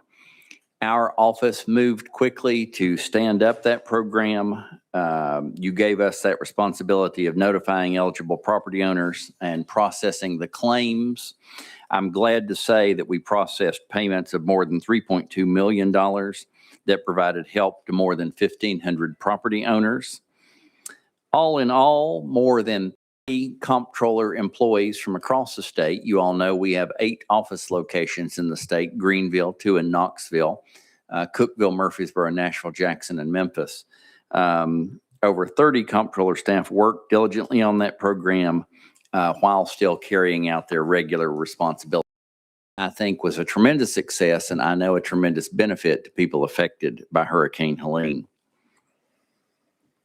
The next thing I want to mention to you today is something I know that you in this committee have asked me about before, and that is the judicial weighted caseload study. I will tell you tomorrow, the Comptroller's Office will publish the latest version of the judicial weighted caseload study. It is covering each of the state's 32 judicial districts. This will be the first update since 2020. The study looks at the availability of judicial resources across the state, including the number of full-time judges in each district, how they align with the number and types of cases being filed. Not all cases take the same amount of time, and the study does account for that. The reason we've been unable to publish one since 2020 is largely due to COVID-related disruptions in the courts, and plan to release the updated report tomorrow. That will be delivered to your office along with a statewide map showing results for the 32 judicial districts.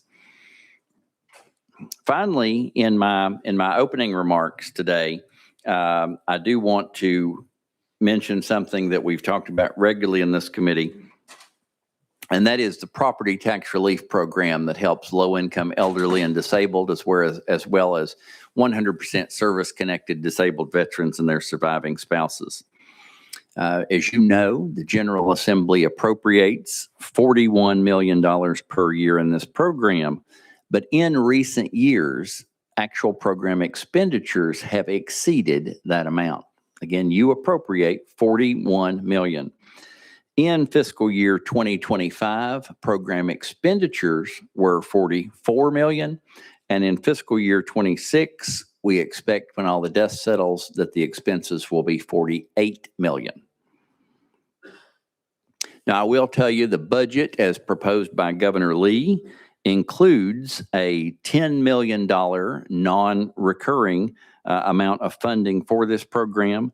And if that funding is approved as presented by the governor, we expect the program will have enough resources to fully pay all claims through fiscal year 2027. However, it is important to recognize, I did mention that additional funding proposed, and it's now your budget to deal with, but the additional funding proposed is one-time funding.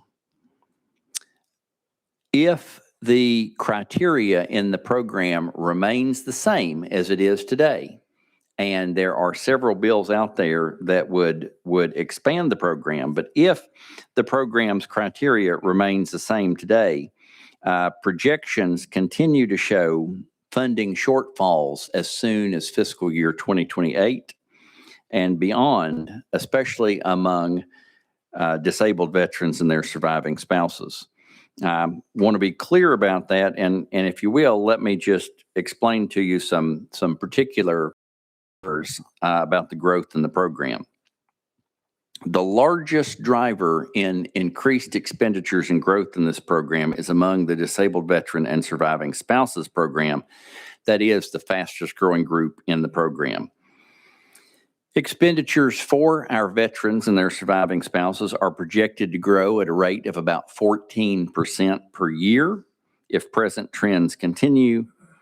Meanwhile, for the low-income, elderly, and disabled population in the program, we actually expect expenditures to fall by 2% each year as people pass away and really die out of the program. The income limits and value limits are so low for the low-income, elderly, and disabled that people are just aging out and passing away out of the program. So that is actually decreasing. Just some stats for you. There are 7.3 million people living in Tennessee, approximately. Out of that 7.3 million people, there are 111,918 people who are participants in the tax relief program. Of the 111,918 people, 77,200 are low-income, elderly, and disabled, a little bit more than 70% of the program, or about 70% of the program. However, the 70% of the people in the program only use $13 million. There are 34,693 veterans and surviving spouses in the program. They use 70% of the money, or about $31,130,000. So 70% of the people use 30% of the money. 30% of the people use 70% of the money. And that is something that I wanted to be sure you were familiar with. So, Mr. Chairman, members of the committee, I have Chief of Staff Jennifer Pfeiffer with me here. I have Assistant Director for Fiscal Services Drew Hawkins over here. I appreciate you having us here today. We in the Comptroller's Office remain committed to fiscal responsibility, to transparency, to meeting all of our statutory obligations. We'll be happy to take your questions about anything you might have on your mind. Thank you. All right. Thank you, Mr. Comptroller. We do have some folks on the list with some questions. Let's begin with Representative Reeves. You are recognized, sir.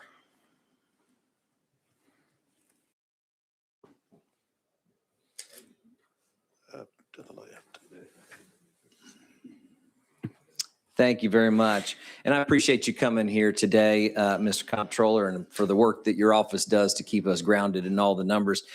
You did mention the weighted caseload study. Wow, that is tough to get out. And I appreciate that you did. I have a couple questions on that. I know that we have somewhat regularly issued the judicial caseload study, but maybe not the DAs and the police departments. And I also noticed that what was in that account went down by about $110,000 over the last year. Was it related to getting the new judicial caseload study out?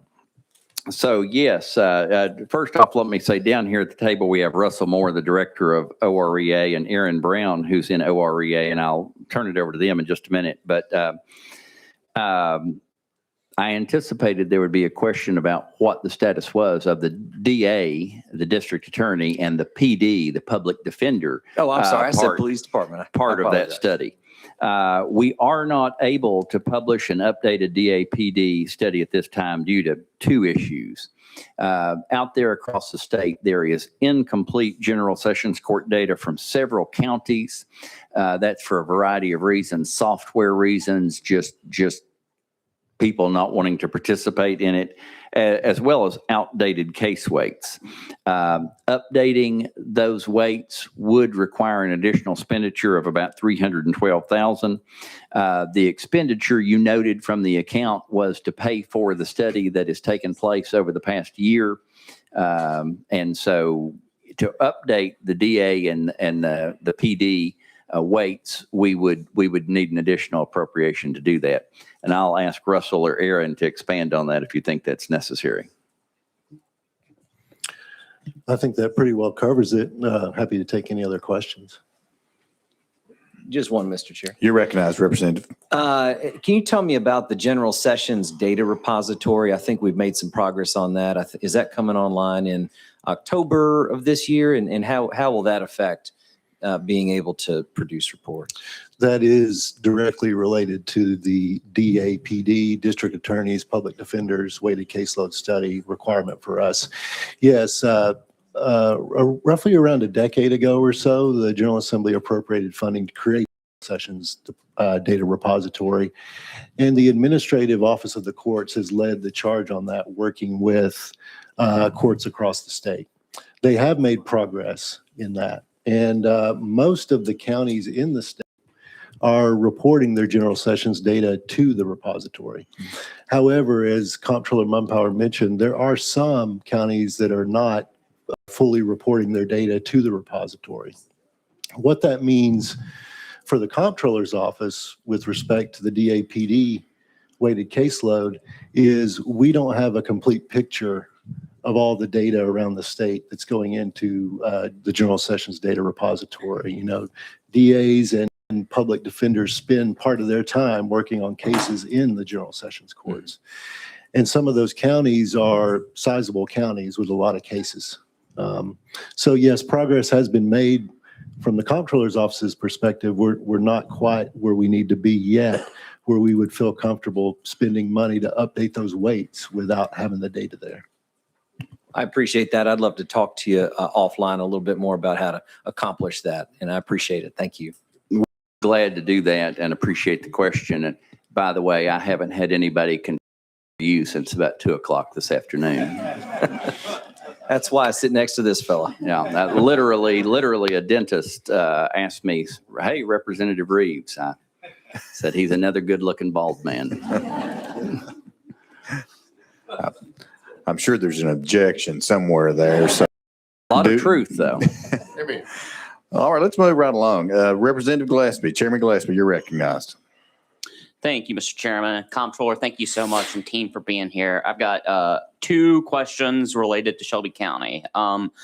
First, last year, Shelby County government did not pass an audit by your office. And I just was wondering if you could first give us an update of what that means right now and what the status is. And then I've got another question after that.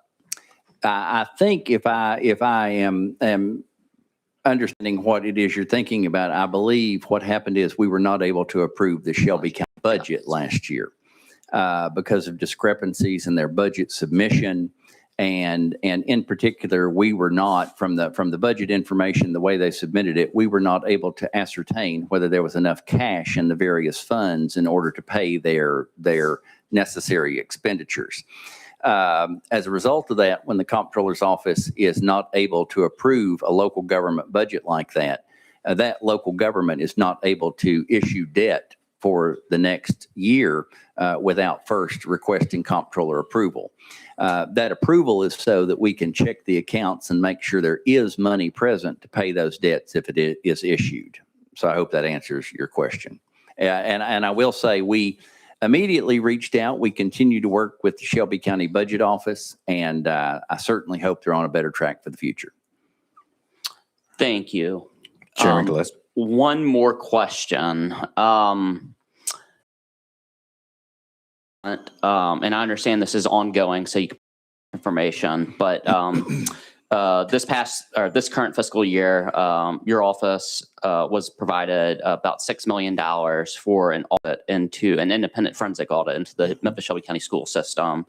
I know that's still ongoing. If you could just provide an update for this committee as to what the status is currently and anything that you can share would be also great. Sure. Well, just as you stated, last year, the General Assembly did appropriate and direct the Comptroller's Office to contract a forensic audit of the Memphis Shelby County school system.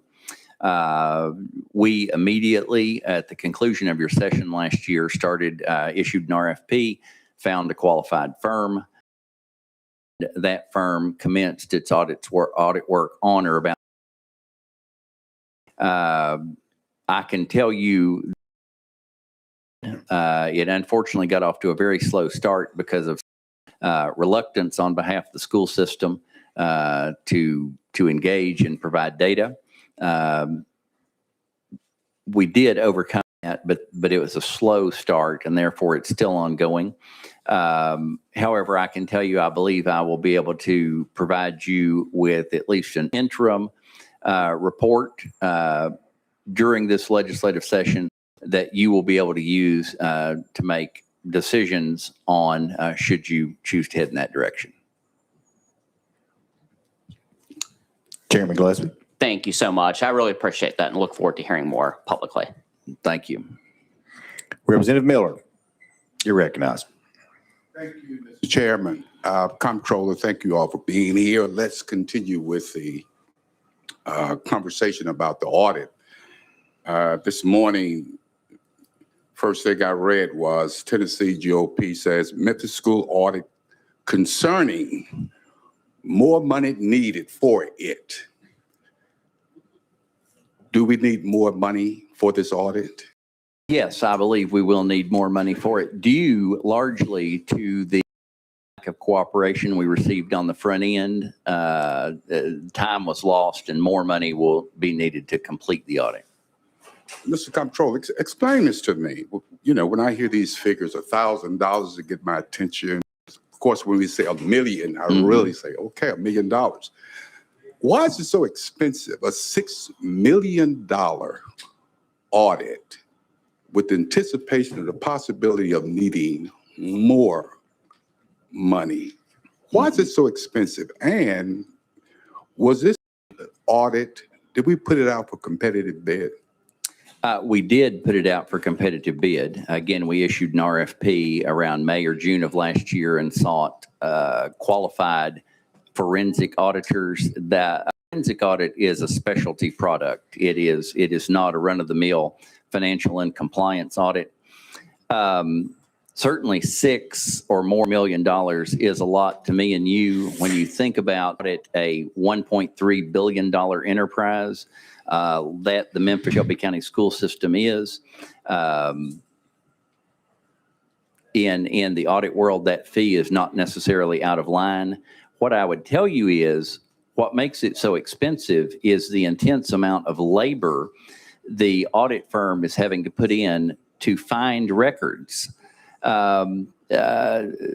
You will learn, and I don't think I'm going too far to say, that the record keeping in the Memphis Shelby County school system is abysmal to the extent it exists at all. And that's a big labor intensive task. I thank you for that, Mr. Comptroller. But again, I'm just simply trying to visualize Shelby County District. You know exactly where it is. Going 40 West. You can get there. And once you get there, I'm talking about the auditors now. You get there, you enter this building. I'm assuming this is the headquarters. And you're going to do an audit. And of course, that's as farthest thing from me as being an accountant. But you're going to look for some hard copies, some soft copies, and then you're going to go to the individual or individuals who's responsible for the money. Where is it? Where is it located? And I would assume that it's somewhere in some banks, someplace. I'm just trying to understand, why would it take $6 million to figure this out? And the other question before you answer that, is this audit complete? Not yet. Well, first off, let me answer that last part yet. The audit is not complete yet, as I answered with Representative Gillespie. It is ongoing. And it is delayed, again, by the lack of cooperation received on the front end. As far as the cost goes, again, it was competitively bid. The cost, the bid cost was pretty, I mean, they were the winning bid. They were actually the low bid. So again, for a forensic audit, and remember, a forensic audit is an audit performed in a particular fashion in keeping with audit standards. So if fraud is found, the data can be used in a criminal prosecution. Now, I don't know if there'll be anything prosecutable found in this audit or not, but the legislature directed us to perform a forensic audit, which is a more sophisticated level of audit. And so again, I can't speak to the audit cost other than to say this competitively bid product or this competitively bid service based on, to the best of my knowledge, was in keeping with the industry standard and was the lowest bid. Mr. Chairman, thank you for this. One more question, and more so. But in the article this morning, that the audit should be complete by 2027. Accurate? Oh, no, the audit will be complete in the. Complete. I haven't read the article that you're quoting. I'm certain That's why I wanted am to not come to quoted you. in that article. Right. That's why I wanted to That come part to I'm you. certain about. Because some other individuals are quoted as saying, based on the closed door meetings, which you attended along with our speaker and others, that they have come out with the understanding, anticipation that there's some problems here. So based on that, we need to really push forward with the possibility of passing legislation that will totally take over Shelby County school systems. Do you understand the analysis of that based on the article itself? This is what I think I can tell you is that the audit is not complete, but the findings will be significant when it is. Do you think this is fair? You control the audit, right? The audit is coming through you. The audit is being conducted by an independent auditing firm, but the contract is through my office, yes. So you can pretty much control the narratives. Why would we come out before the audit is complete with the, you've already made a decision? Again, I'm not quoted in that article, and I'm saying again, for the record, the audit's not complete. There are no conclusions made. Thank you, Mr. Comptroller. Thank you, Mr. Chairman. All right, thank you. Next on the list, Representative Love. Thank you, Mr. Chairman. Thank you, Comptroller, for your report. Thank you for the work that you have done and have support you've given to President Tucker. I think it speaks well that the school is going in a different direction now, and I think there's a clear path and a bright light at the end. So thank you so very much. Thank you, Mr. Chairman. Thank you. That's been a real victory, and really the direction of President Dwayne Tucker, such a great man, and the confidence we've had really to help the school go in the direction is built so largely on the person of Dwayne Tucker. He's a godsend and a great find, and I am very excited about the future of TSU and have been glad and still am glad to be a part of it. Thank you. Representative Parkinson, you're recognized. Thank you, Mr. Chair, and Mr. Comptroller, thank you for being here and your work. The audit for Memphis and Shelby County schools what's the period that they're looking in regards to how they're, where they're looking in regards to the forensic audit. If I remember correctly, it's fiscal year 22 through 24. That is correct. Fiscal year 22 through 24. And thank you for that, Mr. Chair. Yep, go right ahead. Thank you, sir. And with that, so fiscal year 22 through 24, that then doesn't tie the administration that's in that's heading or leading Shelby County Schools at this time, then, does it not? I'm not going to speak to anything other than to say that's the scope period and the audit is ongoing, and we'll see what comes of that. All right. And thank you for that, Mr. Comptroller. How And other than yes, sir. say, there are some individuals leading the school system employed there as leaders in 22 through 24. Thank you, Mr. Comptroller. And the contracting decision making lies with the superintendent. Am I correct? Are you talking about contracts sought and issued by the school system? Yes. I can't, as I sit here, I can't speak to their procurement policies right off, but one could presume the superintendent would have a knowledge of it. Oh, okay. Thank you. How can we learn about the information that was shared with other members here, being that we are Shelby County members too, and if there was any early information in regards to the audit that was shared, how can members like myself or Leader Camper or others have access to that information also? We did have an interim briefing on a bipartisan basis last week for legislative and finance leaders. We'll have, I believe, an interim report available for everyone in March. Okay. Way that we can have access to the same information that bipartisan legislative leaders had access to. And if you don't mind, because I honestly don't know, so I'm asking these questions because I really don't know. Were there some Democrat members that were present at the? Yes. There were? Okay. And so is there any way that we can get access to that information? Was it confidential or? The information presented was confidential in nature, but again, I've shared what I can share with you today. Okay, appreciate you. Thank you, Mr. Chair. All right, thank you. I have no one else on the list, so Mr. Comptroller, I appreciate your time. Thank you very much. Thank you. Always good to be here. Oh, yes, it absolutely is. Thank you, because I meant to do that. I did this in the Senate today. I do want to recognize my beloved predecessor, Justin P. Wilson. Let's hear it for Justin. Thank you. Thank you. It is certainly good to see the beloved comptroller back there and sitting back there listening intently and behaving himself. So it's good to see him back there. Thank you for being here. Thank you all. All right, I will ask the Secretary of State. I see our secretary moving this way.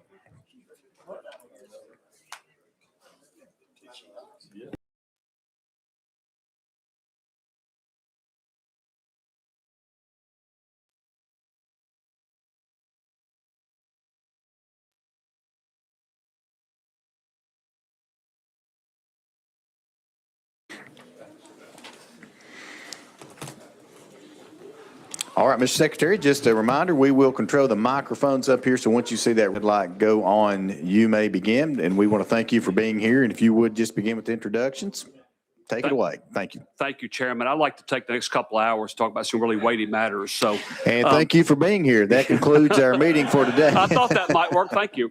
Go right ahead. On my left is our State Librarian Archivist, Jamie Ritter. To my immediate right is Macy Ray, who is our Director of Fiscal and Administrative Services.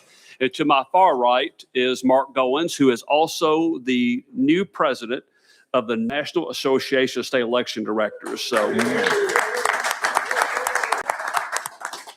They finally convinced him to take that job. So he's done a wonderful job for our state and has been a national leader. I'm glad to see him recognized with that opportunity to lead election officials from around the country. I promise I'll be brief, Chairman. Just a few things I'll mention to you. You gave us the opportunity to create the Safe at Home program a couple of years back. We're really building some momentum now with over 15,000 Tennesseans having been trained in how to recognize the signs of human trafficking and then know what to do once they see it. And we have now, I guess, close to 500 businesses that have enrolled in that program, and we're really building some momentum. Unfortunately, we did just lose our director. Her last day was last week, but we got some great candidates who are coming in next week and want to make sure we keep that momentum going. A couple of other things I will tell you from our time since I was here last year. When I was with you last year, we were talking about bringing online a new Tennessee, what do we call TNCAB, Tennessee Charities and Businesses System, as we move on from our TNBEAR system. Like every new system, we have some bumps and bruises. We actually went through a week about a year ago. We had 27,000 phone calls in 1 week. And we had some of our customer service representatives literally returning phone calls at 9:00 at night to assist customers. But things have smoothed out. System's going well. We thank you for the opportunity to invest in that new system that allowed us, frankly, during the ice storm when we were unable, or people were unable to work downtown, we had a few dedicated employees who came downtown and scanned work to be able to send it back out to our employees who were then able to work remotely. And because of that, we stayed current on workflow despite the offices being closed downtown. So appreciate y'all's investment in that. The next thing I want to mention is I want to talk about something that's got a little news in the last couple of weeks down in Shelby County.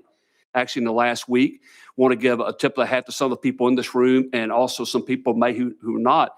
But it's a case where working together, that a lot of people don't see this, when Democrats and Republicans work together to try and solve a problem and instead of trying to amplify a problem, that Representative Tory Harris and later on several other legislators reached out to me. But Representative Tory Harris last Tuesday contacted me in the evening and said, hey, I'm getting emails and getting phone calls about a problem with the voter lookup. And so I said, I'm unaware of any problem. There are two sites in which you can do it. Most Tennesseans go to our GoVoteTN app, but there's an alternative site that goes through Department of Finance Administration, their GIS site, which we had, all our fault, not uploaded a complete file. So it left out my home at my county in Sumner. It left out Shelby, Sequatchie, Smith, Sevier as well. And but because Representative Harris reached out to us, that allowed us to get that problem fixed within moments of us reaching the person who had the file and be able to get that system back up. And that's how things ought to work. And I appreciate those of you who reached out to us instead of trying to figure out how to amplify a problem. Instead, let's figure out how to solve problems together. And that's what this committee has done with us. And so I thank the members of this committee for doing that in the past. In closing, just quickly, we're not asking more money. I think we've been good stewards of the taxpayer dollars we've been given. In fact, last year at the end of the session, y'all had some legislative priorities you want to fund. Y'all came to us for a little short of $5 million. Because of the funds that we have been good stewards of, we are able to help, give the taxpayers of the state close to $5 million back from our reserve funds to be able to fund some priorities. So with that said, I'm always interested in your questions, and let's go from there, Chairman. All right, Secretary, thank you very much. Let's start with Deputy Speaker Zachary. Sir, you're recognized. Thank you, Mr. Chairman, Mr. Secretary, team. Thank you for being here. One comment, a couple of questions. I don't know if you mentioned this when you were introducing Mr. Goins. Tennessee is #1 in the nation for election integrity a couple of years in a row, I believe. Can you speak to that? Because I think it's important that we talk about that and brag on that just a little bit. Well, sure. 4 years in a row. And we worked, in full disclosure, Arkansas tied us this year. So we now share the title. And some people think that we'd be upset about that. I just wish I always wish more states would join us at the pinnacle of that. It's something that really, frankly, you should take credit for. You give us good laws to go execute. And so we're grateful to be recognized in that way. But as Chairman Crawford would never let us rest in our laurels, between he and Chairman Rudd, we're always looking for ways to make sure that Tennesseans have the opportunity to vote, but we also want to make sure they have the opportunity to trust their vote as well. So both those things are very important. Well, thank you. Well done to you and your team. Couple more. Mr. Chairman is now right here, if I may, Mr. Chairman. Couple of questions related to Bureau and Ethics. We appropriated, I believe, it was $193,000 last year for IT needs. Can you speak to that, and then also speak to, there's been some challenges with the campaign reporting site, and I think there was a message up about slower responses. Can you speak to the $193,000 recurring? Was that going to capital? Is that software? And then just address both those issues, please. I really can't. I would leave that up to Mr. Young to talk about during his budget presentation. You know, they are administratively attached to us, but we don't operate that entity. What I will say is I know there have been some conversations that have been going on. We've offered to help in any way that we can. And I also know the Department of Finance Administration has offered to try and provide support. My understanding is there was a deluge of filings at the deadline, as there always is. Nobody files their report early. There's no incentive to, really. And so that caused a slowdown in their system. You know, they've been asking and talking about, even since the Drew Rollins days, of getting a new IT system that could handle the volume and take advantage of new technologies. And so that's what I do know about it. Okay. We'll look forward to hearing from Mr. Young. Thank you, Mr. Chairman. Thank you, Mr. Secretary. Thank you. Next on my list, Representative Shaw. Thank you, Mr. Chairman, and thank you, Mr. Secretary. You do a fantastic job, and I'm glad to hear Speaker Zachary ask that question. I knew we were, but it's always good to hear it. Just want to ask you, given the climate that we are in, do you expect any changes at all in our voting laws in the upcoming elections? Do we expect anything to be different from what it's been in the past? I would not say significantly different. I do know we typically have a caption bill of some sort in case something happens, so we know about that.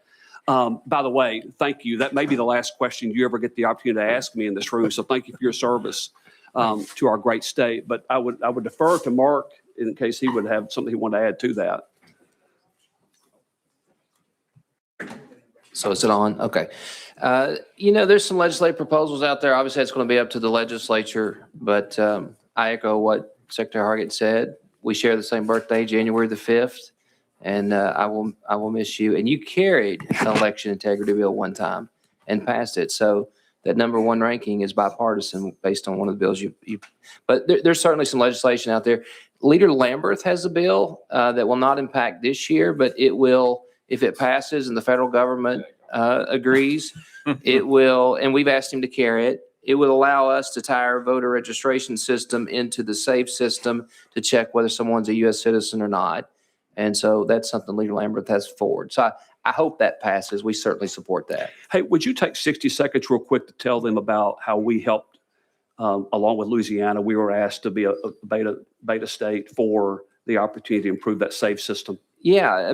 So 2011, the legislature gave the authority to the coordinator's office to do comparisons with SAFE. Actually, the SAFE system, the way it worked, you really couldn't do it. You had to have certain information that we don't get on the voter registration form, and you couldn't upload the name. So it was one-off. So literally 4 million voters, it would take, you know, the 17 years I've been here to basically do that if we were to check everyone.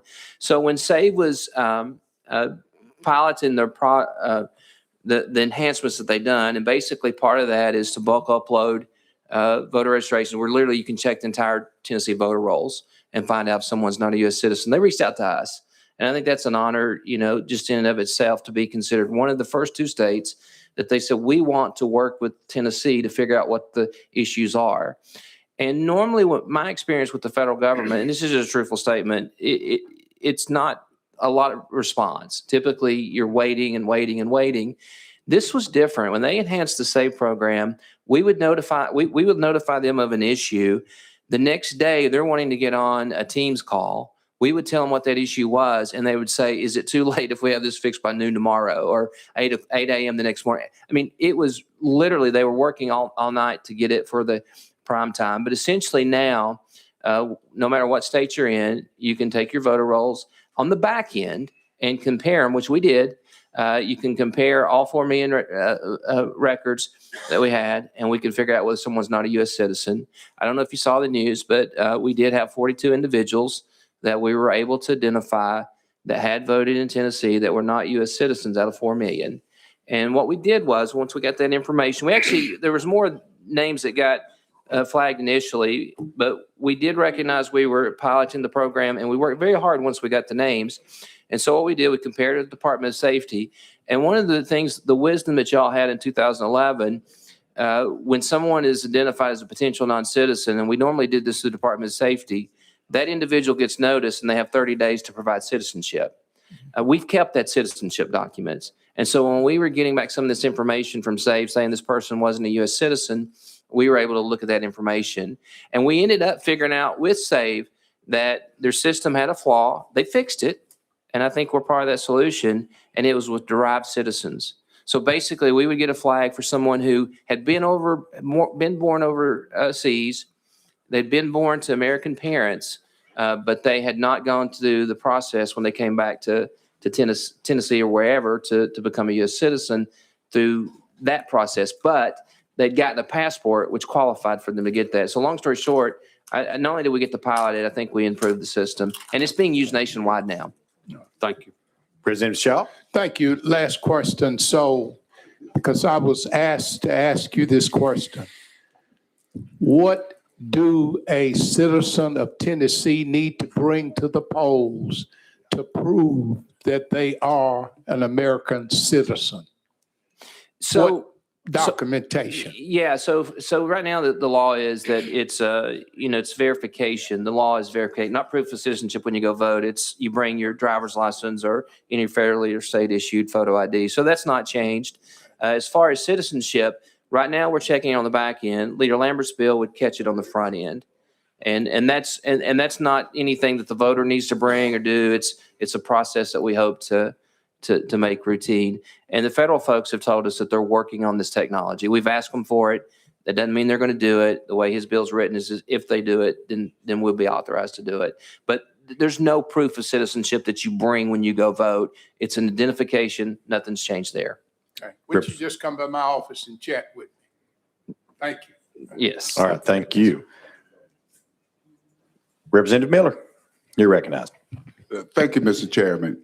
It's a little laughable, but when you mentioned out of how many, 4 million, and it was 42 individuals that you located that were not citizens. How much did that cost? Was it what I'm saying? Did it take $1, $2, or $3 to find them, or $500 each, or what was the investment on that? That is a great question, and that's the enhancement. Because prior to this, they charged money to run these searches. And with the new enhancement, there's no charge whatsoever. We were able to upload it took us probably 30 minutes to upload the data. Within a couple of days, we started getting results. And so actually that process didn't cost anything. And in the past, you're very perceptive, because in the past it did cost money. And to do that would have been very expensive. Okay. Representative Miller. For the life of me, in this current environment, why would anyone that's undocumented want to go and vote? Who would they be wanting to vote for? I mean, So, it's interesting you say that, Chairman. And when I walk into a room and I tell people there's 42 potential non-citizens who voted, there's two different reactions. Some people will say, gosh, just 42 out of 4 million. And then there's other groups who will say, see, I told you. okay, And so, I told but you, if right. you've lost an election by a handful of votes, 42 seems like a big number all of a sudden. So, we want to make sure that every eligible Tennessean has the opportunity to cast their vote and know that they are not having their vote canceled by somebody voting illegally. And Mr. Secretary, I agree with you. No one I know that's you do, not a Chairman. citizen of the United States should be And- voting anywhere in this country. Got that part. Yeah. But you led me into this one. You're Oh, right. yeah. Okay. 42 votes could make a difference. Do we know if it really made a difference in this instance? So oddly enough, we did actually look, because in Sumner County, we had a tie and we wanted to look in that district. We had 5 ties in 2024. It did not make a difference in any of those races, Okay, but thank you. I can't remember whether Secretary Hart came up with that, or if we looked at that. That's a very, once again, you're very perceptive. Thank you, Mr. Chairman. All right. Thank you. Leader Lambert. Thank you, Mr. Chairman. I resisted. My name was called several times, but I'm disturbed by the conversation and colloquy we've had back and forth.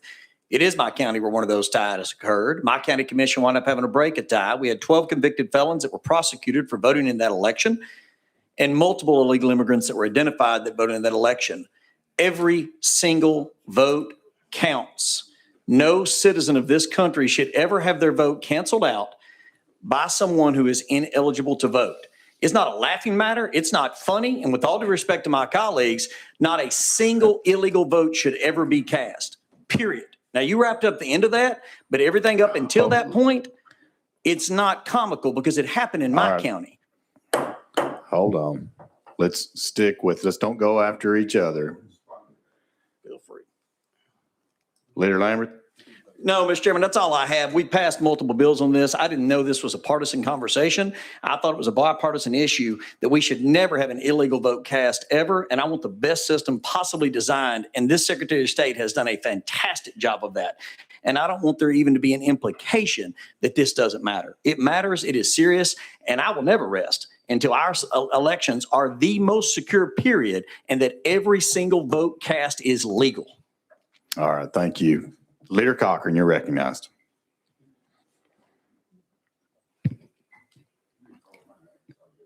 Thank you, Mr. Chairman. Secretary Hargett, just out of curiosity, you've been in this post for a long time. What's the are there two or three? What's the two or three closest elections you remember seeing? Well, we've had multiple ties. I mean, Mr. Goins just talked about a moment ago. I believe we had 5 ties last year. We've had state house races decided by a handful of votes. We had a state senate race decided by, less than a dozen votes. I mean, there's been some a congressional race that was decided by less than 1 vote per precinct. Well, 37 votes. Jim Tracy, Scott Desjardins was 37 votes. We had judgeship in Anderson County in 2010. It tied. I don't know where it's going to be, but it's going to be somewhere. This August, there'll be a tie somewhere. It happens. Where we have a tie. And just as a follow-up to that, just for the folks listening at home, I'm sure there are scores of them, but tell me. Millions are tuning in. Tell me how many people are in a Tennessee congressional district? Any congressional district? So I can tell you how many voted. There was 80 in the Jim Tracy, Scott Desjardins. There was about 80,000 people that voted in that, and 37 votes separated them. And ultimately, a representative in the U.S. House represents. Give me a ballpark. Represents how many? So I believe what Chairman Hawk is saying. He's saying about 800. I don't know how many they represent. I say that to say a vote, an election that ultimately decided who represents over 600,000 people was decided by less than 42 votes. Right. 42. And former Vance Dennis, if y'all remember him, I think he won by 6 votes. Senator Yarborough lost by 17 votes to Doug Henry. So yeah, there's close elections consistently. So 42 matters. Oh, Representative Parkinson, of course, it was a landslide, but you had an ice storm when you won your first time, but that wasn't a lot of people that voted, but that was because of an ice storm. I'll never forget your election. That's the lowest turnout we've ever had, but it's the lowest turnout, but it's not through any fault of his own. It was a cold day at the polls that day. Nobody could get to the polls. Leader Cochran. Thank you. No, so 42 is a big deal. All right. Thank you. All right. Thank you, Representative Parkinson. Thank you, Mr. Chair, and thank you for that trip down memory lane. Yeah, 753 total votes, I think it was, but I took 350 of them. That's right. Yeah. So, and I'm here now. Y'all stuck with me now because of that, right? I do have a question. There's a lot of conversation about federalizing the elections, and I would love to get your thoughts on that. I think there's conversation about it. I don't think there is. I know there is. I don't see the nationalization of our elections happening. Frankly, I don't really get a partisan argument about it. If you look at 4 years ago. No, it won't be a partisan argument. Okay. I'll tell you that. And 4 years ago, though, there was H.R. 1 that Speaker Pelosi made her priority. And she and President Biden at the time pushed for that. And there were a lot of things that resolution that ultimately passed the House of Representatives, didn't pass in the Senate, that would have nationalized a lot of the laws in the state across the country. And I resisted that. And I resist any other future attempt to nationalize our elections. You know, the only way you'd ever support that if everybody did it like us, and that's not going to happen. You know, so if we could make every state run it like we do, I'd be happy with that. But that's not going to happen. And also, whenever you have individual states run their own elections, you know, that creates a firewall against widespread corruption as well. You know, if one state screws it up, that creates a firewall around them. Just quick follow-up, Mr. Chair. I want to make sure that we're all on the same page in this committee. I remember Representative Bruce Griffey. I remember he had legislation. The judge now. Yeah, I remember him having legislation that would put watermarks on absentee ballots, and I remember signing on to that legislation. You know, I think that we all want election integrity. I really do. I think that everybody wants safe and secure elections, and you know, and I think it's a bipartisan issue that we can all agree on, and I hope that we continue to move in that same direction as a body, you know, not divided by political opinions and rhetoric, you know, but the fact that we need safe and secure elections. I do have. Did you want to respond to that? Well, I just want to say, I mean, when I look around this committee, I can't think of a single person that I've had a disrespectful conversation with one way or the other about election integrity. Every person on this committee has kept their office open to us. We may have disagreements about little things here and there, but you know, I've always feel like this body has supported us in making sure that we have the laws we need to enforce election integrity. I truly appreciate it. Just one last thought or question. Representative Parkinson, you're recognized. Yeah. You know, there's also, you know, some, and I hope we can put this to rest here too. There's also, you know, people that are fearing that, you know, federal government through either Homeland Security or in other, you know, means will have, you know, armed individuals at our voting locations and precincts. Can we put that to rest? That, you know, our polling locations will continue to be, you know, freely ran, and individuals will not have to feel like they are, you know, in a military zone or being, you know, monitored by federal troops or agents. So there's two factors here. One of the conversations discusses monitors, and we've had monitors or observers before. We've had, in fact, former Congressman Cohen typically request them for Shelby County. So that's where some of this stems from. But in regards to armed individuals being at polling locations, that is not legal under federal law unless there's an active situation. So if someone's a bomb threat, you know, an actual threat. So that is not permissible to do. But that stems from actually where some of these observers were sent out to a recent election in another state. The thing is, that's occurred for years. It's just, unfortunately, when it changes administration, it's who fusses about it. You know, I mean, quite frankly, that's a real thing. And so that's where some of the individuals are raising that concern. Yeah. But we have had observers here, in fact, in Shelby County, from the federal government before.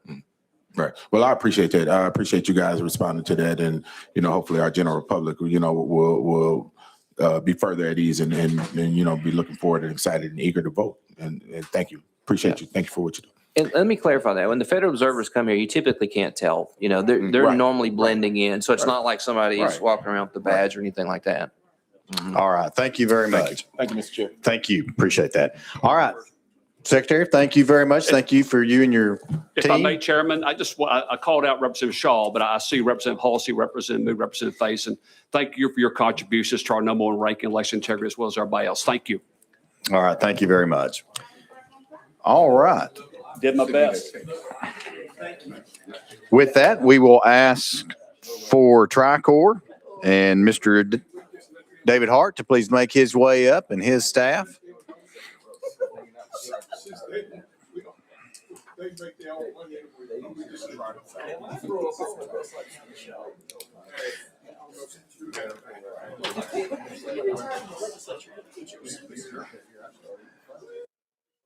Mr. Hart, thank you for being here. And just as a reminder, we will work the microphones up here. So as you see the red light come on, you can begin. If you would just begin with introductions, and we do want to say thank you for being here again. All right. Well, thank you, Chairman, and members of the Finance House Ways and Means Committee. We're honored to be here today to present our budget to you. To my right is my Chief Transition Officer and General Counsel, Demetria Gibson. And to my far right is our Chief Financial Officer, Brian Wilson. So one of the original Beach Boys. So.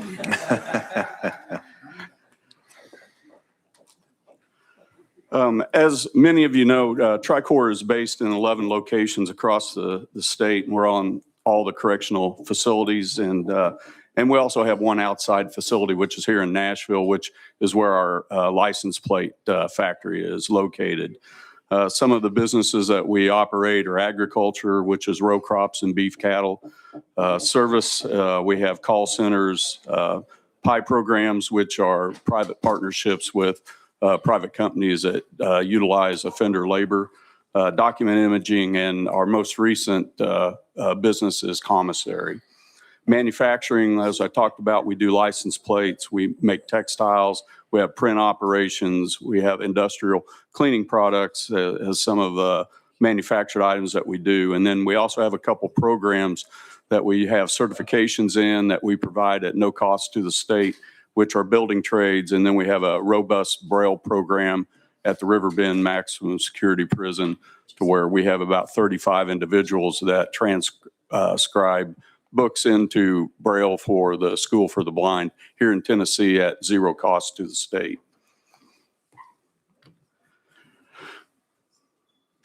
Our programs, we provide work skills, pro-social programming, and cognitive behavior restructuring for all the participants in our programs.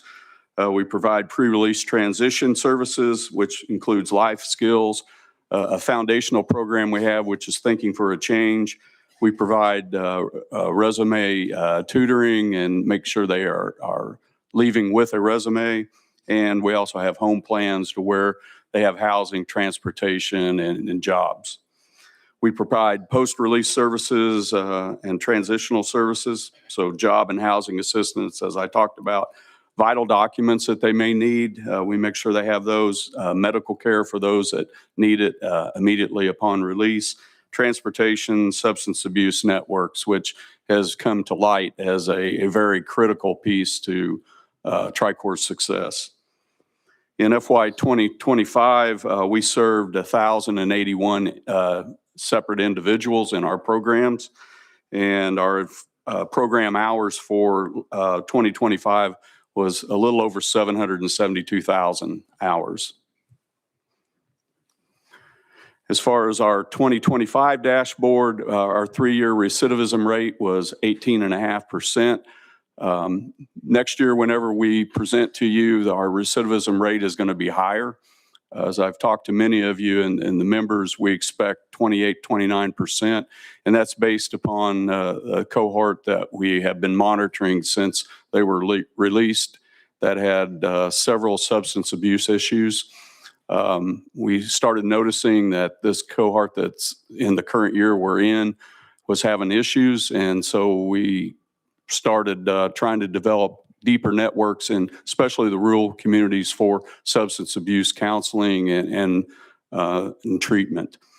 Our revenue for last year was $29 million. Our cost savings to the state was a little over 6.4 or $12.6 million. I'm sorry. So we're very proud of that particular number. Our 2026 dashboard, some of the targets that we're shooting for, we're hoping to keep our 3-year recidivism rate under 25%, but as I talked about, it's going to be a little bit higher than that. Our revenue, we were expecting $30 million. Right now, we're tracking a little bit higher. Probably we'll end up around $32.5 million in revenue. And our cost savings to the state, while a little bit less was our target of $11 million, we think we'll come a little bit on top of that. And all these programs that we're talking about, we're providing that at zero cost to the state. We have some really good news as far as with the comptroller's fiscal audit for our 2024 fiscal year. That audit was completed and concluded in May of last year, and we had, again, 0 findings for the 4th consecutive year. That is something that we are extremely proud of. We've come a long way since 2016, whenever I first took over as the CEO, and we have gone from several findings to 0 findings, and we expect to stay on that track going forward. We have an excellent relationship with the comptroller's audit team. We work with them, and our view on that is they find areas that we can get better in, and we view it as a continuous improvement program with them. There were a couple exceptions that were noted during that particular audit that we have mitigated and had no impact on our financial statements. And based upon all that, the comptroller's team give us a unqualified or an unmodified opinion again for our work in that. As far as our 26-27 revenue budget, we're at $63 million. It's quite a bit more than what we talk about when we discuss revenue, but it's because of all of the pass-through items that come through on commissary. So all that money rolls through our accounts, but we don't count that as what we consider Tricor revenue. Our capital budget is about $660,000. And again, this is replacement of existing equipment or purchasing new equipment for new programs. And Tricor is not requesting any state funding for the 26-27 year. So with that, Mr. Chairman, that concludes my presentation, and we're open for any questions that the committee may have. All right, Mr. Hart, thank you very much. We do have a couple folks on the list. Let's begin with Chairman Hulsey. Chairman Hulsey, you're recognized. Thank you, Mr. Chairman, and thank you for being here. I've always appreciated what you do.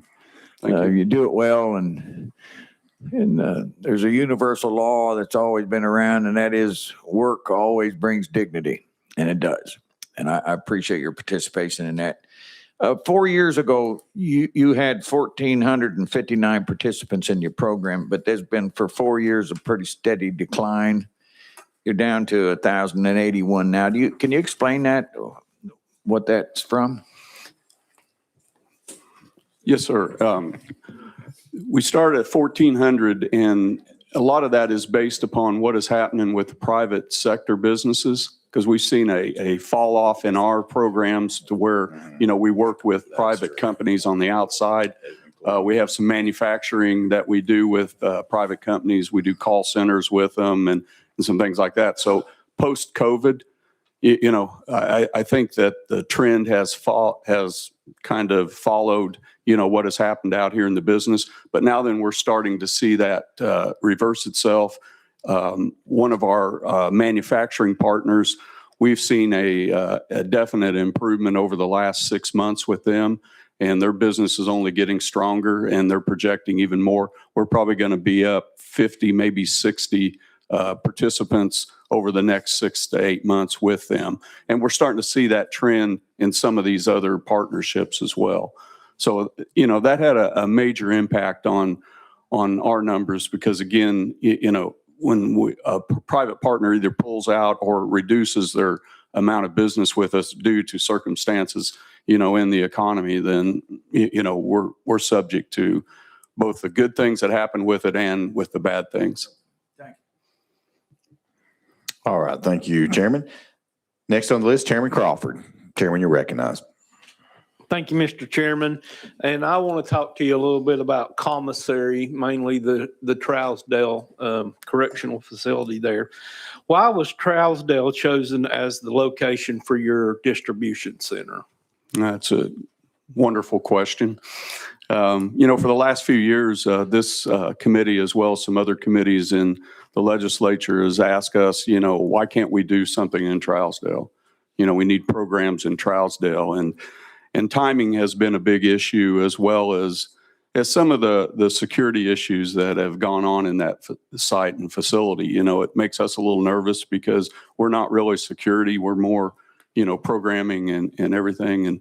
But over the last few years, we've seen, at least we have seen an improvement in that. And talking with Commissioner Strada, I know what his strategy with Trousdale has been to get a little bit older clientele in there and move a lot of the more aggressive or I'll call them violent offenders, into other prison sites. So, with that effort, we really just kind of fell into this program because we started the commissary program just with TDOC a little over a year and a half ago. And we got into the program and it just works so well for us. It fits everything that we try to do, which is provide relevant job skills to the offenders that work in our programs. And they're relatable to, what's happening out here in the private sector. We got Amazon distribution sites. We got a lot of the automotive distribution sites in and around Lebanon, for example, and all across the state. There's a lot of distribution centers and things like that. And that's exactly what these men are learning in the program. So they're getting this certification. And so whenever they're released, they have excellent opportunities to be able to get, out and get decent jobs, that they can make a living wage. So we picked Trousdale basically because y'all wanted a program there, and we had this opportunity to do it. We've worked with Core Civic. They're willing to build a building, a 25,000 square foot warehouse for us, and it's going to be inside the fence.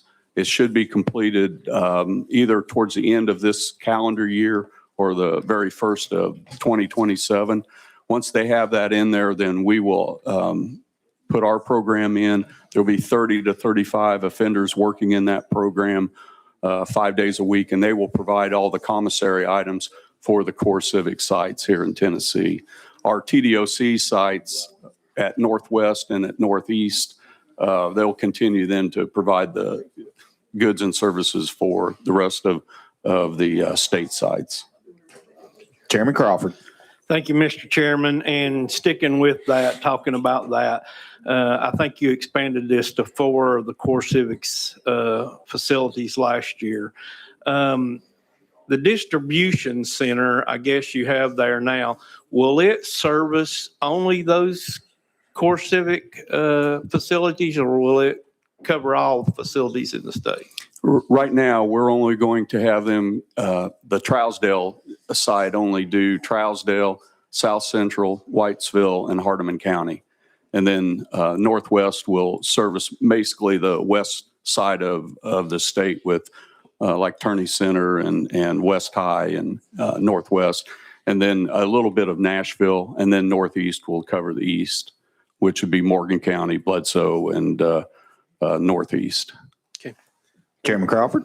Thank you, Mr. Chairman. And I'll ask one more question.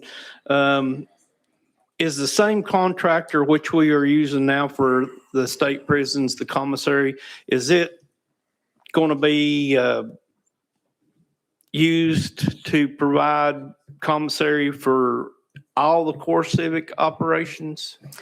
Yes. Right now, we're using the same contractor, and it'll just be included into that. We get all of the commissary items, from that one site. That eliminates 2 or 3 different vendors that might be trying to put stuff into the program. And what we have seen is, since we can control it with just one vendor coming into select sites, we can control contraband much more effectively. So. Well, thank you for what you do. Thank you, Mr. Chairman. Thank you. Chairman Faison, you're recognized. Good afternoon. Good to see you. Good to see Committee, you. I just thought y'all would like to have a little history. And Do we have to go that way? You're going to like the history. Settle down. Pull the promotion. In around 2015, 2016, Chairman Bell and myself were chairman of government operations. Tricor had one of the worst audits I had seen that time in my life, being chair of that committee. And it was the determination of our committee through Lieutenant Governor Ron Ramsey and Speaker Harwell to literally vacate the entire board and subsequently fire the CEO of Tricor. They went forward. Governor has them kind of kicking and screaming because he had to come up with a whole new board and everything. So committee, I want y'all to hear that because it was several $1 million that was misplaced. We vacated the entire board. They struggled. Finally, a year later, they found him. And I have watched for years now them hit the audits nowhere near what it was and really bring that place out of complete failure and do something good for Tennessee. I just thought y'all like to hear that history. Well, thank you for that, but it's more than just one person. I've got an outstanding team, and it takes a village, to do it. And what we do, we've got 80 people, and that's all that is in Tricor. And so the impact that we have with those 80 people, I think, is just outstanding. I'm very proud of the organization. I'm proud of our board. Our board is very heavily engaged with what we do on a day-to-day basis. And I got former Senator Jim Tracy as our chair. I've got former Commissioner Jay Templeton as our ag, representative. And I've got just great people, that the governor has appointed to our board, and they just do a fabulous job. I think that the big thing about it is, and I've told several of you this, it's all about transparency and communication with me. And I've never, ever held anything back from this committee or any committees that I've been in front of. Sometimes it's good news and sometimes it's not so good news. But, as long as we all know where we're at with it, we can make an impact. So thank you for that. I appreciate your service. I understand that you're retiring. I understand Chairman Halsey is retiring, and obviously my friend Johnny Shaw. We're going to miss you, and I appreciate the support you've shown us for all these years. All right. Thank you very much, members. I have no one else on the list. So, Mr. Hart, thank you for being here, you and your team. We want to thank you all for your presentation and for answering our questions. All right. Thank you, Mr. Chairman and committee members. All right. Without objection, we are now back in session. That completes our calendar for today. And committee, just a reminder, budget hearings will resume in the morning, February the 11th, 2026 at 8 a.m. in House Hearing Room 3. That's not here, but in House Hearing Room 3. Do we have any further business coming before the committee? Motion adjourned. Hearing none, seeing none, we stand adjourned.